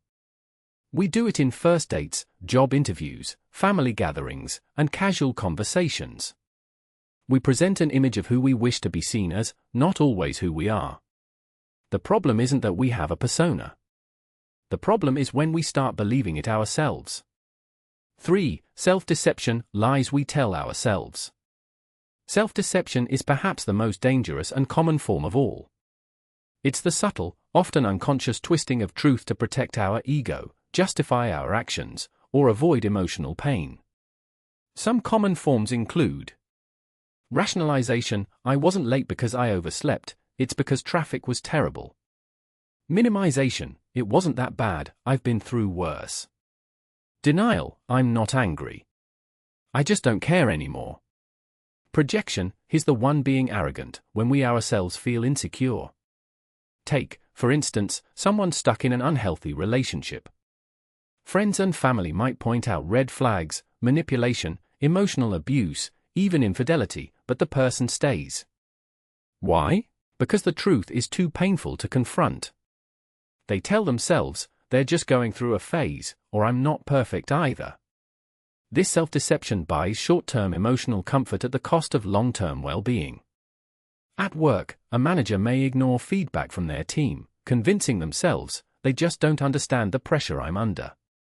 In truth, they may fear losing control or admitting fault.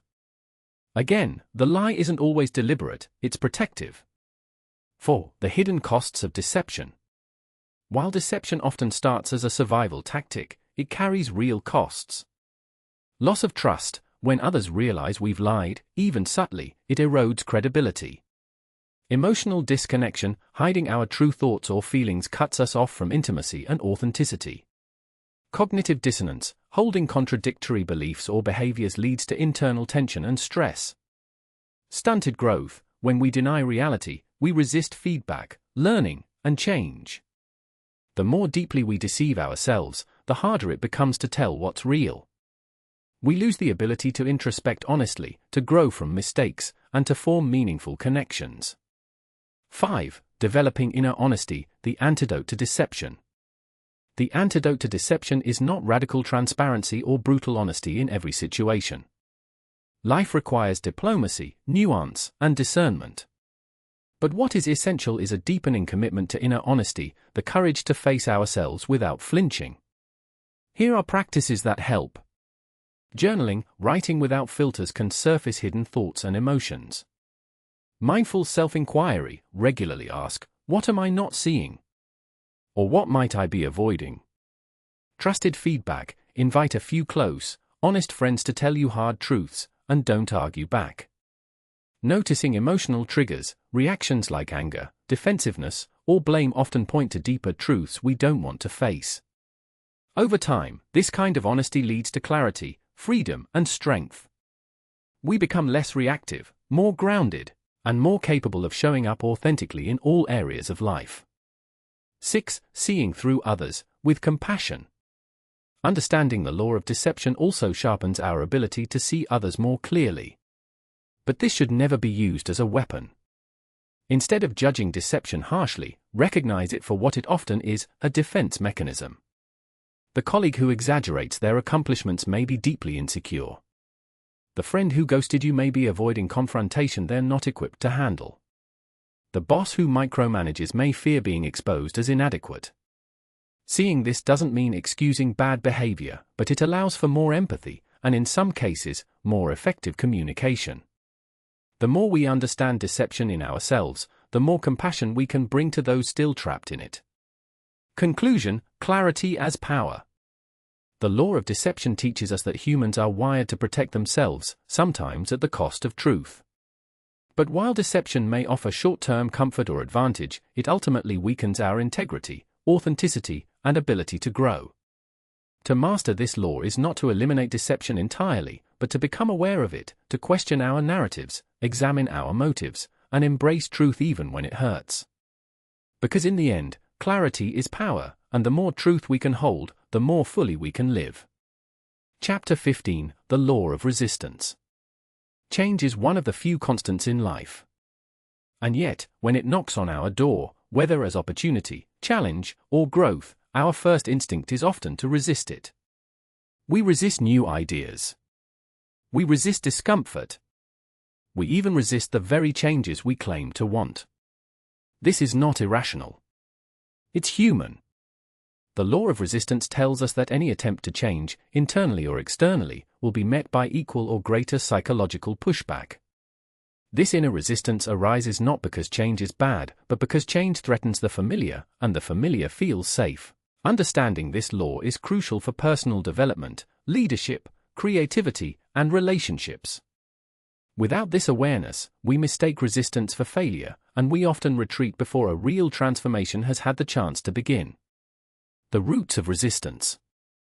At its core, resistance is a biological and psychological defense mechanism. The brain is designed for efficiency, not growth. It favors routine, automation, and energy conservation. This is why habits, good or bad, are so hard to break. The limbic system, the emotional center of the brain, is especially sensitive to perceived threats. Change, even positive change, often registers as a threat to stability or identity. That's why starting a new workout plan, quitting a job, ending a toxic relationship, or writing a novel can trigger not excitement, but anxiety. Example: consider Maya, a successful graphic designer who dreams of becoming an illustrator. She tells herself she wants the shift. But every time she sits down to sketch, she suddenly feels tired, checks social media, or convinces herself she's not talented enough. Her resistance doesn't mean she isn't meant to be an illustrator, it means her mind is trying to keep her in the comfort zone of what's known. Forms resistance takes. Resistance doesn't always shout. It often whispers in the language of distraction, procrastination, rationalization, or perfectionism. Recognizing these patterns is the first step to overcoming them. 1. Distraction: you suddenly feel the need to clean your house, scroll endlessly, or start something else entirely. 2. Procrastination: you delay starting until conditions are perfect, which they never are. 3. Rationalization: you tell yourself stories like it's not the right time or I'm just not ready.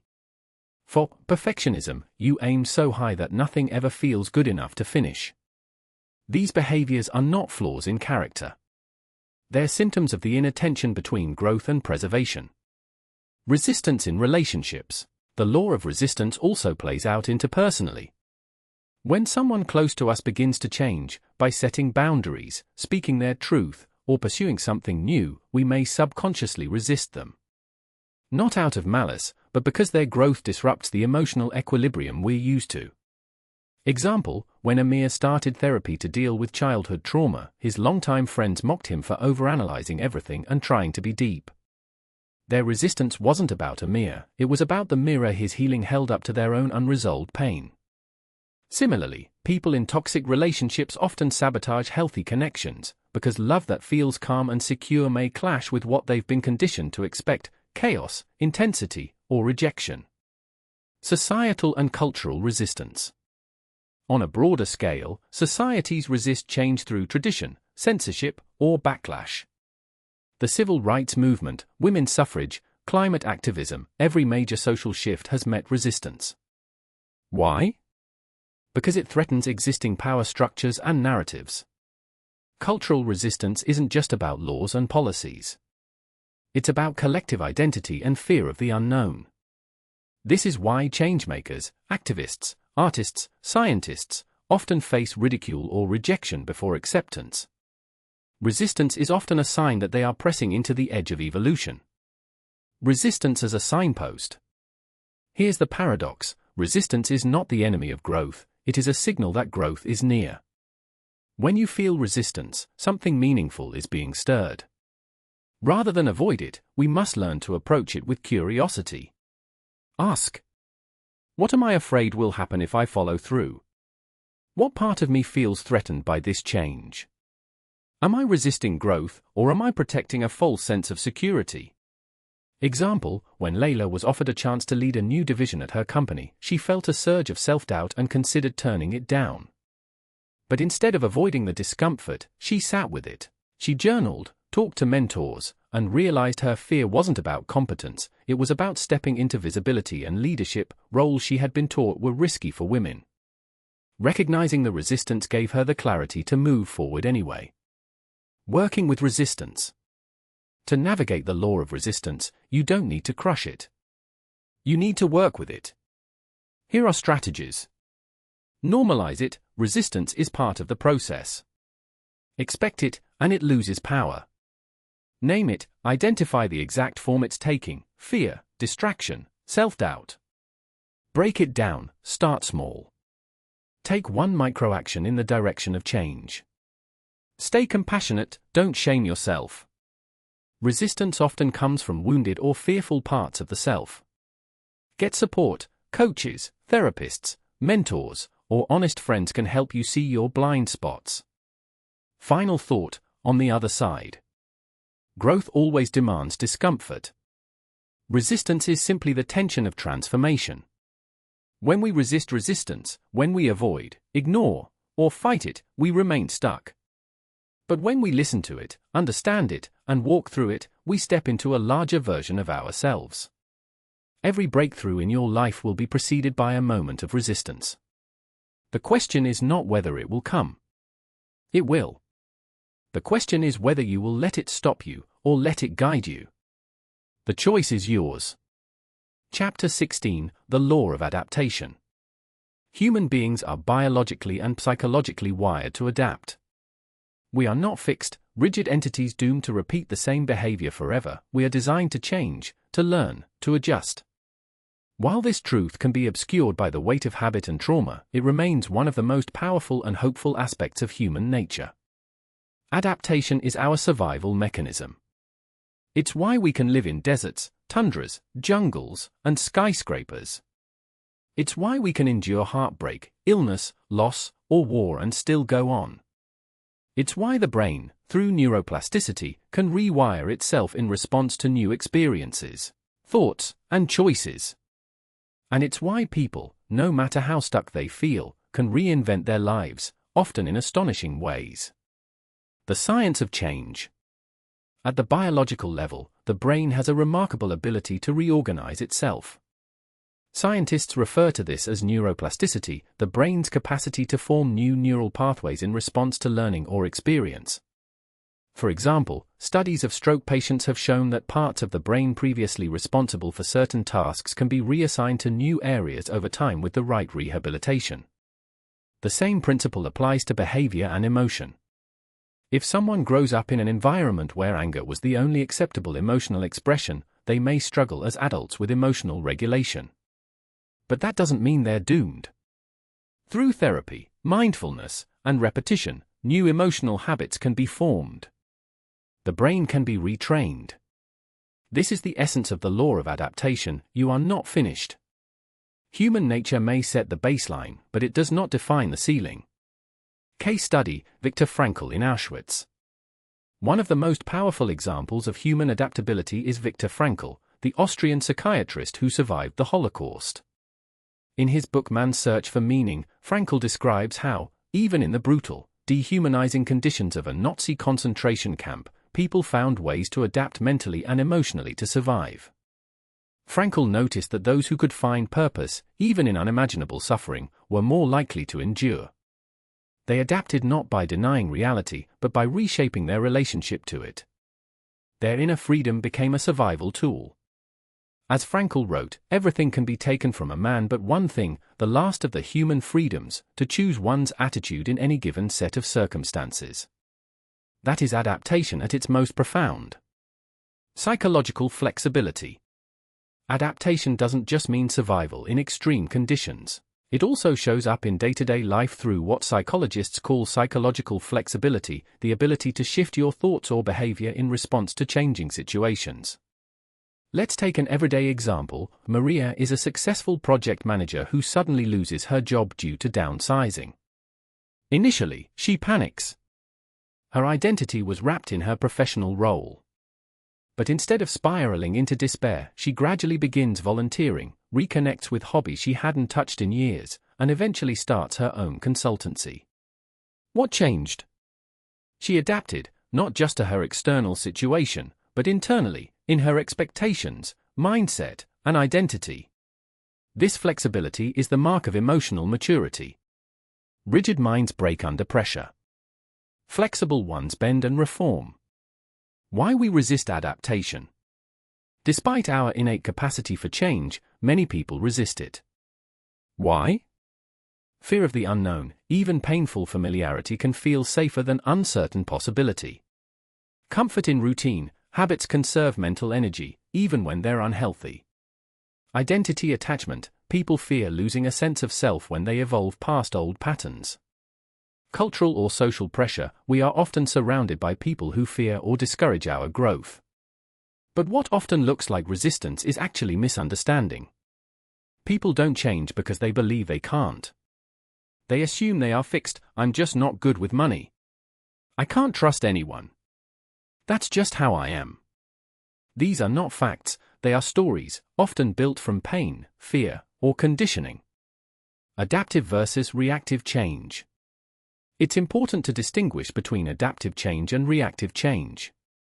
Adaptive change is conscious and intentional, it stems from awareness. Reactive change is impulsive, it stems from fear or stress. Example, after a breakup, a person might reactively jump into a new relationship to avoid loneliness, reactive. Or they might choose to spend time healing, understanding what went wrong, and developing a healthier emotional foundation before dating again, adaptive. The law of adaptation calls us to grow on purpose, not just under pressure. Becoming an agent of adaptation. Here are a few principles to foster adaptive growth. 1. Expose yourself to discomfort. Growth doesn't happen in the comfort zone. Regularly stretch your habits, ideas, and routines. Read outside your usual genres. Talk to people with different beliefs. Challenge your own assumptions. 2. Observe, don't judge. When you notice yourself falling into an old pattern, don't shame yourself. Just observe. Self-awareness is the beginning of all adaptation. 3. Experiment with small changes. You don't have to overhaul your life overnight. Try adjusting your morning routine, your tone in conversation, or your screen time habits. Small changes compound into transformation. 4. Surround yourself with growth-oriented people. Environment shapes adaptation. If you're surrounded by people committed to stagnation, growth will feel unsafe. Seek out those who encourage change, risk, and evolution. 5. Practice resilience rituals.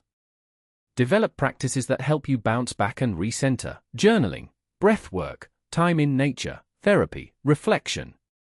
These build emotional stamina, making adaptation smoother and less chaotic. Conclusion: embrace the ongoing process. To be human is to be unfinished. That is both a burden and a gift. The burden is that we are never done. The gift is that we never have to be. Your habits are not who you are. Your past does not equal your future. The mind, like the body, responds to practice and intention. When you honor the law of adaptation, you give yourself permission to evolve, at your pace, on your terms, without apology. Change may be hard. But it is possible.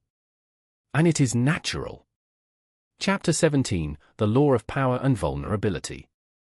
There's a paradox at the core of human nature. We long to be powerful, competent, respected, in control, yet we are also built for connection, which requires us to be vulnerable, open, exposed, and sometimes dependent on others. These two instincts often feel opposed. But the truth is, real power does not come from dominance. It comes from the courage to be vulnerable. In a world that often celebrates strength, decisiveness, and control, vulnerability is misunderstood. It's frequently seen as weakness, softness, or something to be hidden at all costs. But vulnerability is simply the state of being open to uncertainty, risk, and emotional exposure. And it is the gateway to trust, intimacy, creativity, and even leadership. The illusion of control.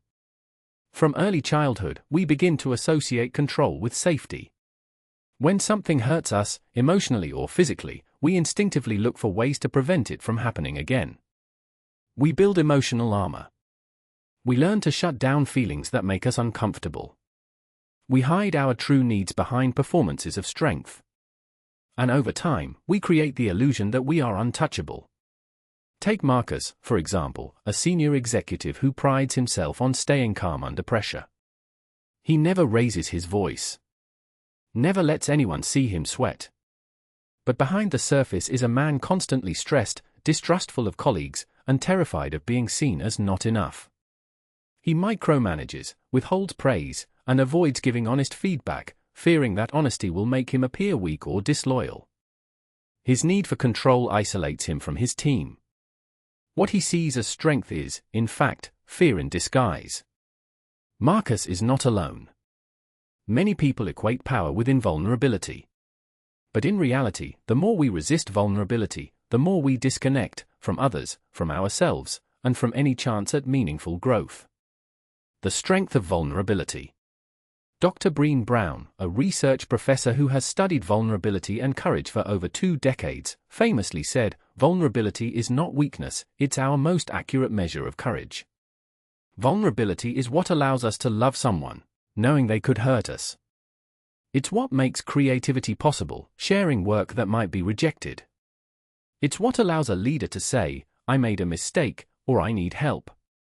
Consider Sarah, a teacher who notices that one of her students, Daniel, has been unusually withdrawn. Rather than ignore it or enforce discipline, she quietly tells him, "You seem different lately, and I care. I'm here if you need someone." She doesn't try to fix him or pretend to have all the answers. She shows vulnerability by reaching out without knowing how it will be received.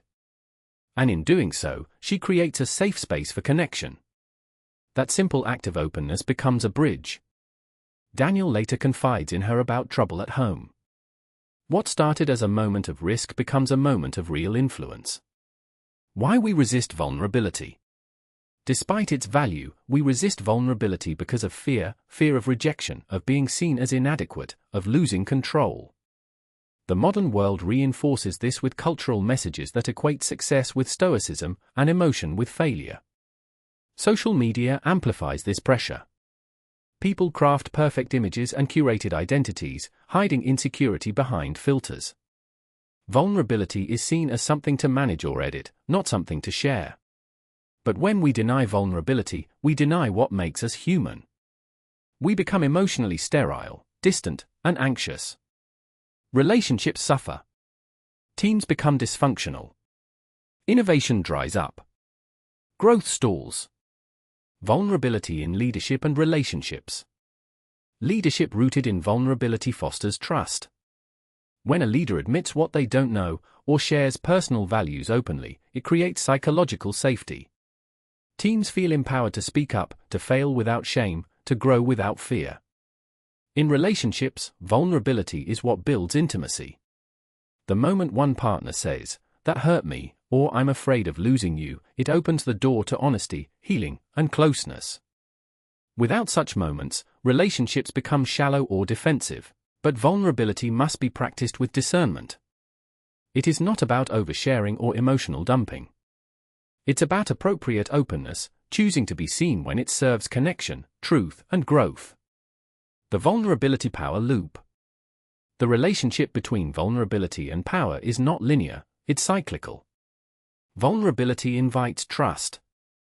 Trust strengthens relationships. Strong relationships foster influence and impact. Influence gives rise to deeper power. And that power allows for more confident vulnerability. In this way, vulnerability doesn't weaken power, it fuels it. But only when it's paired with self-awareness and responsibility. Practicing the law. To embrace the law of power and vulnerability, reflect on these questions. Where in your life are you clinging to control out of fear? What emotions do you hide to protect your image? What would it look like to lead with transparency, even in small ways? Who in your life deserves more of your honesty?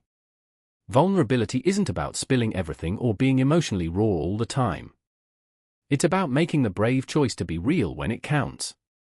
To say, I'm not perfect, or I care deeply, or I don't know, but I'm willing to learn. That's not weakness. That's power. Chapter 18, The Law of Meaning Making. Humans are not merely problem solvers or pleasure seekers. We are meaning makers. We interpret, assign value, and tell stories, not just about the world around us, but about ourselves. We weave our experiences into narratives. We give purpose to suffering. We find patterns in randomness. This is not a luxury or a philosophical exercise, it's a fundamental law of our nature.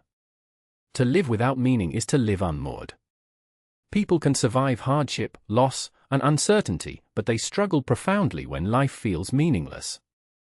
This is the quiet crisis beneath much of the modern anxiety, depression, and disconnection, a life full of activity but empty of narrative coherence. We live through stories. At every stage of life, we are writing and rewriting the story of who we are. These stories are often subconscious, shaped by childhood messages, cultural expectations, and emotional experiences. But they are there, running in the background like the code of a program. They answer questions like, who am I? What is my life about? What matters most? What is my role in the world? Consider two people who lose their job. One tells themselves, this is proof that I'm a failure. No one wants me. Another says, maybe this is the push I needed to find something more aligned with who I've become. Same event. Very different meaning. Very different future. This is the law of meaning making in action. We do not respond to events themselves, but to the meaning we assign to them. The need for coherence. Psychologists have found that people are naturally inclined toward narrative coherence. We want our lives to make sense, past, present, and future. When life events don't fit our internal story, we either change the story or deny the event. This can be healthy or harmful, depending on how rigid our story is. For example, someone who sees themselves as unlovable will unconsciously interpret kind gestures as pity or obligation. The mind tries to keep the story intact, even at the cost of truth or connection. In contrast, someone willing to revise their narrative might say, maybe I developed that belief from past experiences, but I'm open to seeing myself differently now. This flexibility is a sign of emotional maturity. Meaning in suffering. Viktor Frankl, a Holocaust survivor and psychiatrist, famously wrote, "Those who have a why to live can bear almost any how." In concentration camps, he observed that those who lost all sense of meaning were the most vulnerable to despair and death. Those who found meaning, even in unimaginable suffering, tended to endure. Frankl's insight is echoed across cultures and traditions. From Buddhist teachings on suffering as a path to wisdom, to Christian narratives of redemptive pain, to modern trauma therapy emphasizing post-traumatic growth, human beings seem wired to transform pain into purpose. This doesn't mean romanticizing suffering. Rather, it's about the capacity to reframe hardship in ways that build resilience instead of collapse.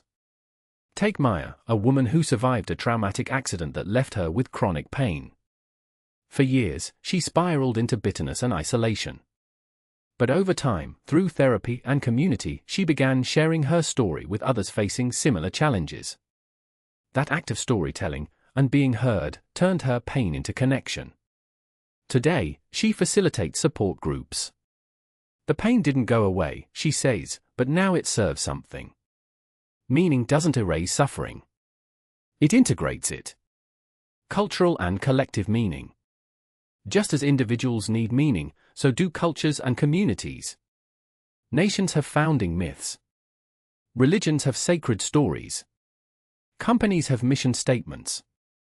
Families pass down narratives of identity, we're survivors, or we always give back. When these collective meanings are lost or corrupted, societies fragment. When they're renewed or reimagined, they find direction again. In moments of crisis, war, natural disasters, social upheaval, leaders who restore meaning often lead with stories. Not fantasy, but frameworks. They help people place events in a larger context. They remind them, you matter, we matter, this moment has purpose. Without shared meaning, isolation increases. Cynicism grows. Life feels disjointed. And the human spirit, deprived of deeper orientation, begins to drift. Rewriting the story. One of the most liberating things a person can realize is this: you can change the story you live by. You are not forever bound to the meanings inherited from your childhood, culture, or past mistakes. This doesn't mean inventing fiction. It means choosing more truthful, empowering interpretations. Consider. Instead of I'm broken, try I've been hurt, and I'm healing. Instead of nothing matters, ask what small act of meaning can I create today? Instead of this ruined my life, reframe as this marked a turning point.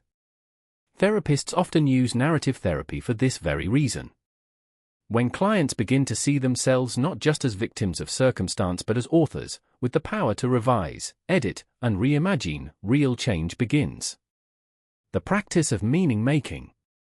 Meaning is not static. It's something we must cultivate.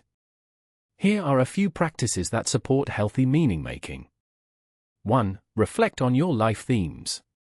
What stories have shaped you? What beliefs have gone unquestioned?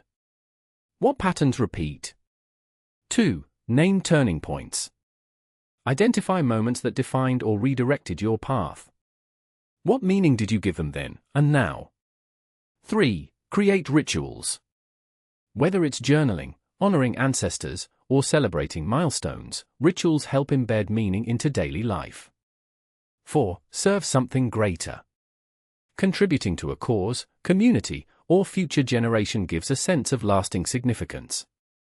5. Tell your story. Speaking your truth, especially in safe, supportive environments, helps you clarify who you are becoming. Final thoughts. At the heart of human nature is not just the ability to survive or feel, it is the need to make sense of our existence. We are meaning makers. And that's not a weakness. It is our superpower. In a world full of noise and nihilism, reclaiming your power to create meaning is an act of quiet revolution. You are not defined by random events. You are defined by the meaning you choose to give them. That choice is always yours. Chapter 19, The Law of Integration. Wholeness as the aim of maturity. Throughout our lives, we are pulled in many directions. We experience conflicting desires, clashing emotions, and contradictory beliefs.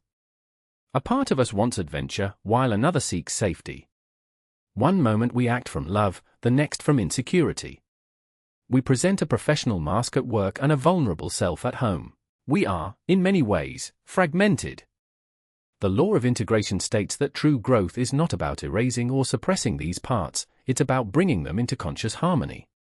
To live a whole and authentic life, we must learn to integrate the mind, body, emotions, and spirit, not as separate functions, but as aspects of one complete being. This is the essence of human maturity, not perfection, but integration. 1. Fragmentation, the default human condition. Many people live divided lives, often without realizing it. For example, a high-achieving executive may succeed professionally but remain emotionally shut down due to childhood neglect.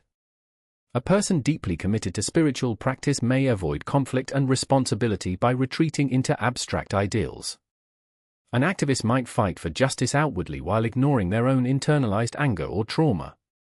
In each case, some parts of the person are overdeveloped while others remain exiled or ignored.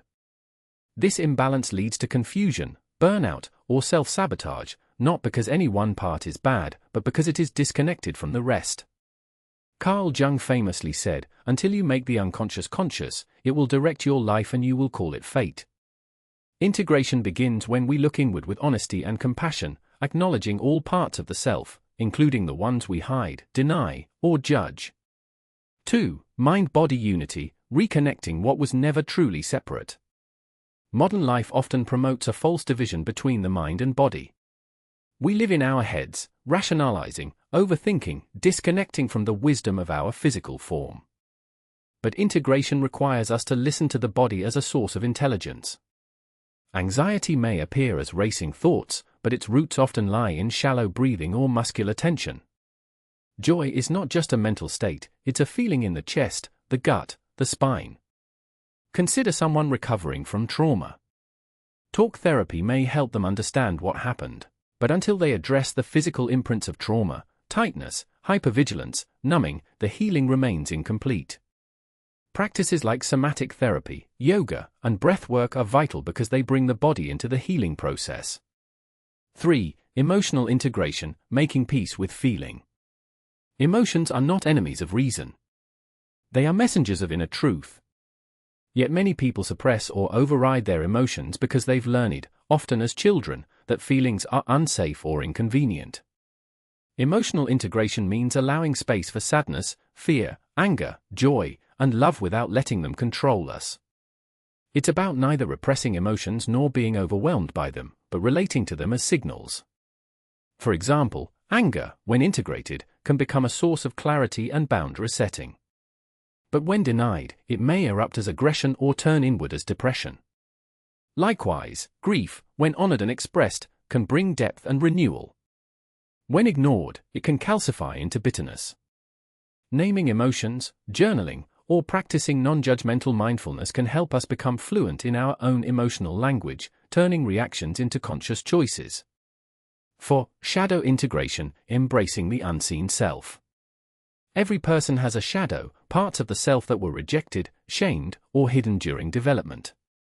These may include anger, sexuality, competitiveness, or even softness and vulnerability. Integration demands that we meet the shadow, not as a flaw, but as a neglected source of power. For example, a people pleaser who integrates their assertiveness can finally set boundaries and say no without guilt. A rigid perfectionist who befriends their inner child may rediscover playfulness and creativity. A skeptical, analytical thinker may reconnect with their capacity for or an intuition. Shadow integration is not about acting out suppressed traits but bringing them into balance. What was once hidden becomes a tool for authenticity. 5. The integrated self in action. A person who lives in an integrated way doesn't become flawless or immune to pain. But they show signs of internal coherence. Their values align with their actions. They can hold opposing truths without falling into conflict or denial, for example strength and vulnerability, logic and emotion. They are less reactive and more responsive because they are aware of the full range of their inner life. They experience a quiet confidence, not from ego, but from self-alignment. Such a person is not rigid but resilient. They know who they are and are open to growth. They can engage in deep relationships without losing themselves and lead others without masking their humanity. 6. Paths to integration. No single method guarantees integration, but certain practices support it. Self-reflection and journaling, regularly checking in with your thoughts, feelings, and behaviors to spot patterns. Therapy or coaching, guided work to explore inner conflict and bring clarity to blind spots. Mind-body practices, yoga, tai chi, dance, breath work, connecting physical movement with awareness.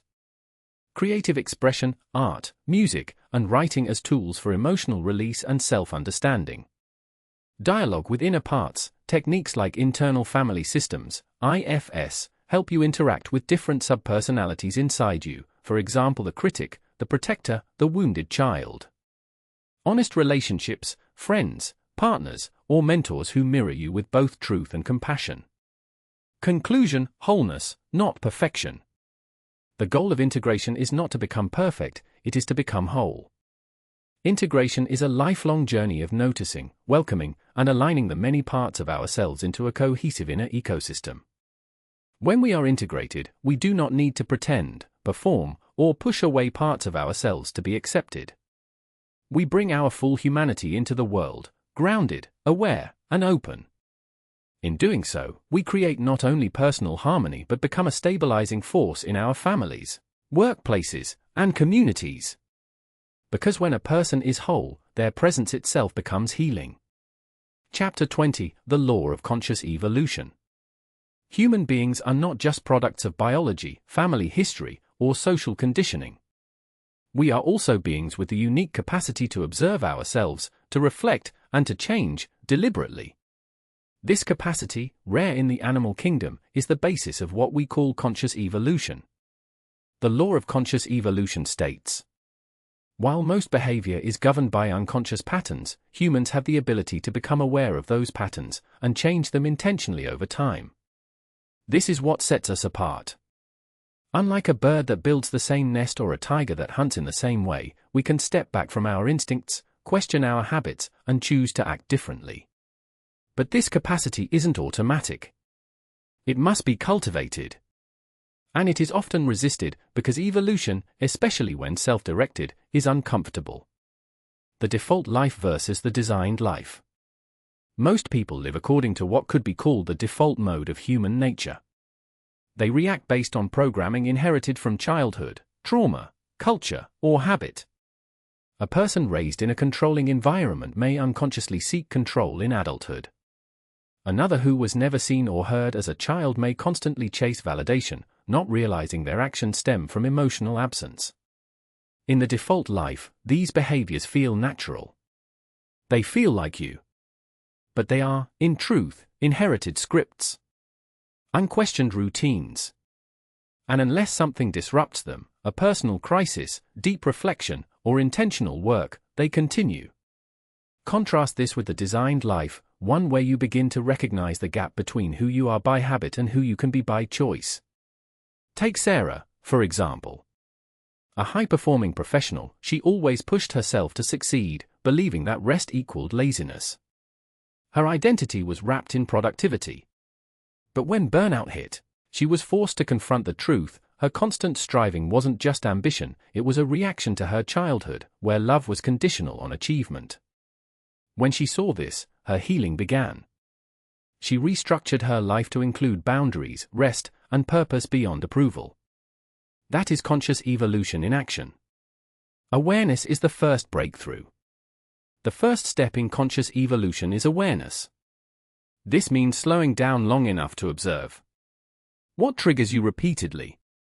What stories do you tell yourself about your worth, your limits, or others? What patterns do you keep repeating in relationships, work, or health? Many of these answers are not found in logic alone, they live in the body, in emotional reactions, in somatic memory. If your heart races every time someone criticizes you, or you shut down during conflict, these are cues. Your nervous system remembers what your mind may have forgotten. Journaling, therapy, mindfulness practices, and deep conversations can help bring these patterns to light. Without awareness, you're stuck in a loop. With it, you start to reclaim agency. Responsibility without shame. When people begin to see the truth of their patterns, a common reaction is shame or guilt. Why did I keep doing that? Or how could I have let that happen for so long? But conscious evolution is not about judgment. It is about ownership. Responsibility is not blame, it is power reclaimed. Carlos grew up in an environment where emotions were seen as weakness. As an adult, he became stoic and detached, especially in intimate relationships. When his partner finally left, he was forced to confront the emotional walls he'd built. Initially defensive, he eventually took ownership of his role. Through inner work, he learned to express himself vulnerably. That evolution didn't come from blame. It came from the decision to grow. Small shifts, massive ripples. Conscious evolution doesn't require grand gestures. Small, consistent choices, made with awareness, can reshape the course of a life. Choosing to pause instead of react in anger. Choosing to speak a truth instead of hide behind silence. Choosing to sit with discomfort rather than escape into a distraction. Each time you override an old pattern, even slightly, you're evolving. And that shift doesn't just affect you. It echoes outward. When a parent heals their trauma, they stop passing it on to their children. When a leader practices emotional intelligence instead of authoritarianism, the entire culture changes. When an individual forgives, truly forgives, they break cycles that may have spanned generations. This is how evolution becomes revolution. Quietly. Incrementally. Consciously. From personal to collective evolution. As individuals evolve, so do societies. Slavery, once seen as natural, was overturned by evolving moral consciousness. Women's rights, civil rights, and now conversations around mental health and identity, all are examples of collective evolution born from individual awakening. But progress is not guaranteed. Regression is always possible. That's why the work of conscious evolution, personal and societal, is never done. It is a continual process of seeing more clearly, acting more wisely, and choosing more compassionately. The world is shaped by the nature of its people. If enough of us rise above reactive living and into intentional being, we shape a more conscious planet. Living the law. To live according to the law of conscious evolution. 1. Observe without judgment. Catch yourself in action. Name your patterns.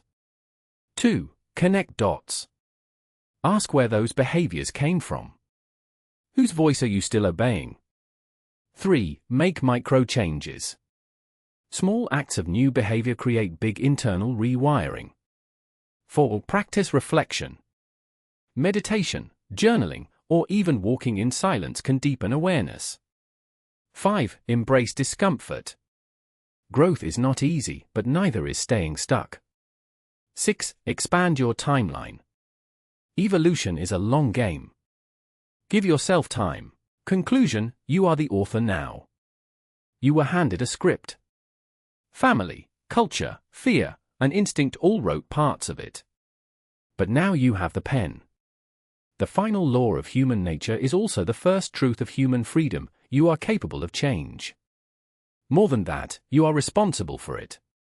And when you live from that place, aware, intentional, and ever-growing, you don't just become a better version of yourself. You become part of a better world. This is the journey of conscious evolution. And it begins with the question, what story do I choose to write next? Conclusion, mastering the laws without becoming a slave to them. By now, you've traveled through the intricate architecture of human nature, from the deep biological drives that pulse beneath our awareness to the masks we wear in social settings, the emotional patterns we unconsciously repeat, and the higher capacities we struggle to embody.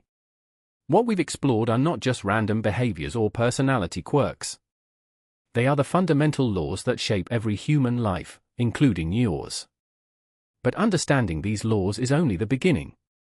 The real challenge, and opportunity, is learning how to live with them consciously. Each law we've examined has a double edge. The law of survival, for instance, keeps us safe, but it can also keep us small and fearful. The law of ego gives us identity, but it can blind us to truth. The law of belonging fosters community, but it can breed conformity. These forces are not inherently good or bad. They are simply real and powerful. And like all powerful forces, they demand respect and awareness. The mistake many people make is to assume that being human means being ruled by these laws. But being human also means we are capable of choice, reflection, and transformation. We are not static creatures. We can observe our instincts, challenge our conditioning, and rise above our defaults. In fact, the most profound mark of maturity is the ability to act not just from nature, but from understanding. So what now? This is not a book that offers a final answer or neat resolution. Human nature is too complex, too dynamic, too layered for that. But what this book does offer is a new lens, a way of seeing yourself and others more clearly. And with clarity comes the possibility of compassion, mastery, and freedom. Here are some final thoughts to carry with you. Awareness is your first tool. You cannot change what you cannot see. Begin to notice which laws most dominate your life. Is it the need for validation? The fear of rejection? The craving for control? Observation is transformation's doorway. Compassion is your compass. Understanding human nature should not make you cynical, it should make you more empathetic. When you realize everyone is navigating the same inner terrain, you begin to judge less and connect more. Responsibility is your power. These laws may shape your impulses, but they do not dictate your destiny. You are not powerless in the face of fear, anger, desire, or insecurity. You can respond with intention. Integration is your path. The goal is not to suppress your nature but to integrate it, so instinct serves wisdom, emotion serves insight, and desire serves purpose. Evolution is your invitation. Every moment offers a choice: will you act from old patterns, or will you choose a new possibility? That is the essence of conscious evolution. That is the invitation of being human.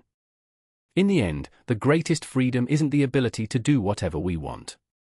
It's the ability to understand why we want it, and to choose with clarity, courage, and care. You are not here to escape your nature. You are here to master it, and in doing so, to become something greater than nature alone can produce, a truly awakened human being.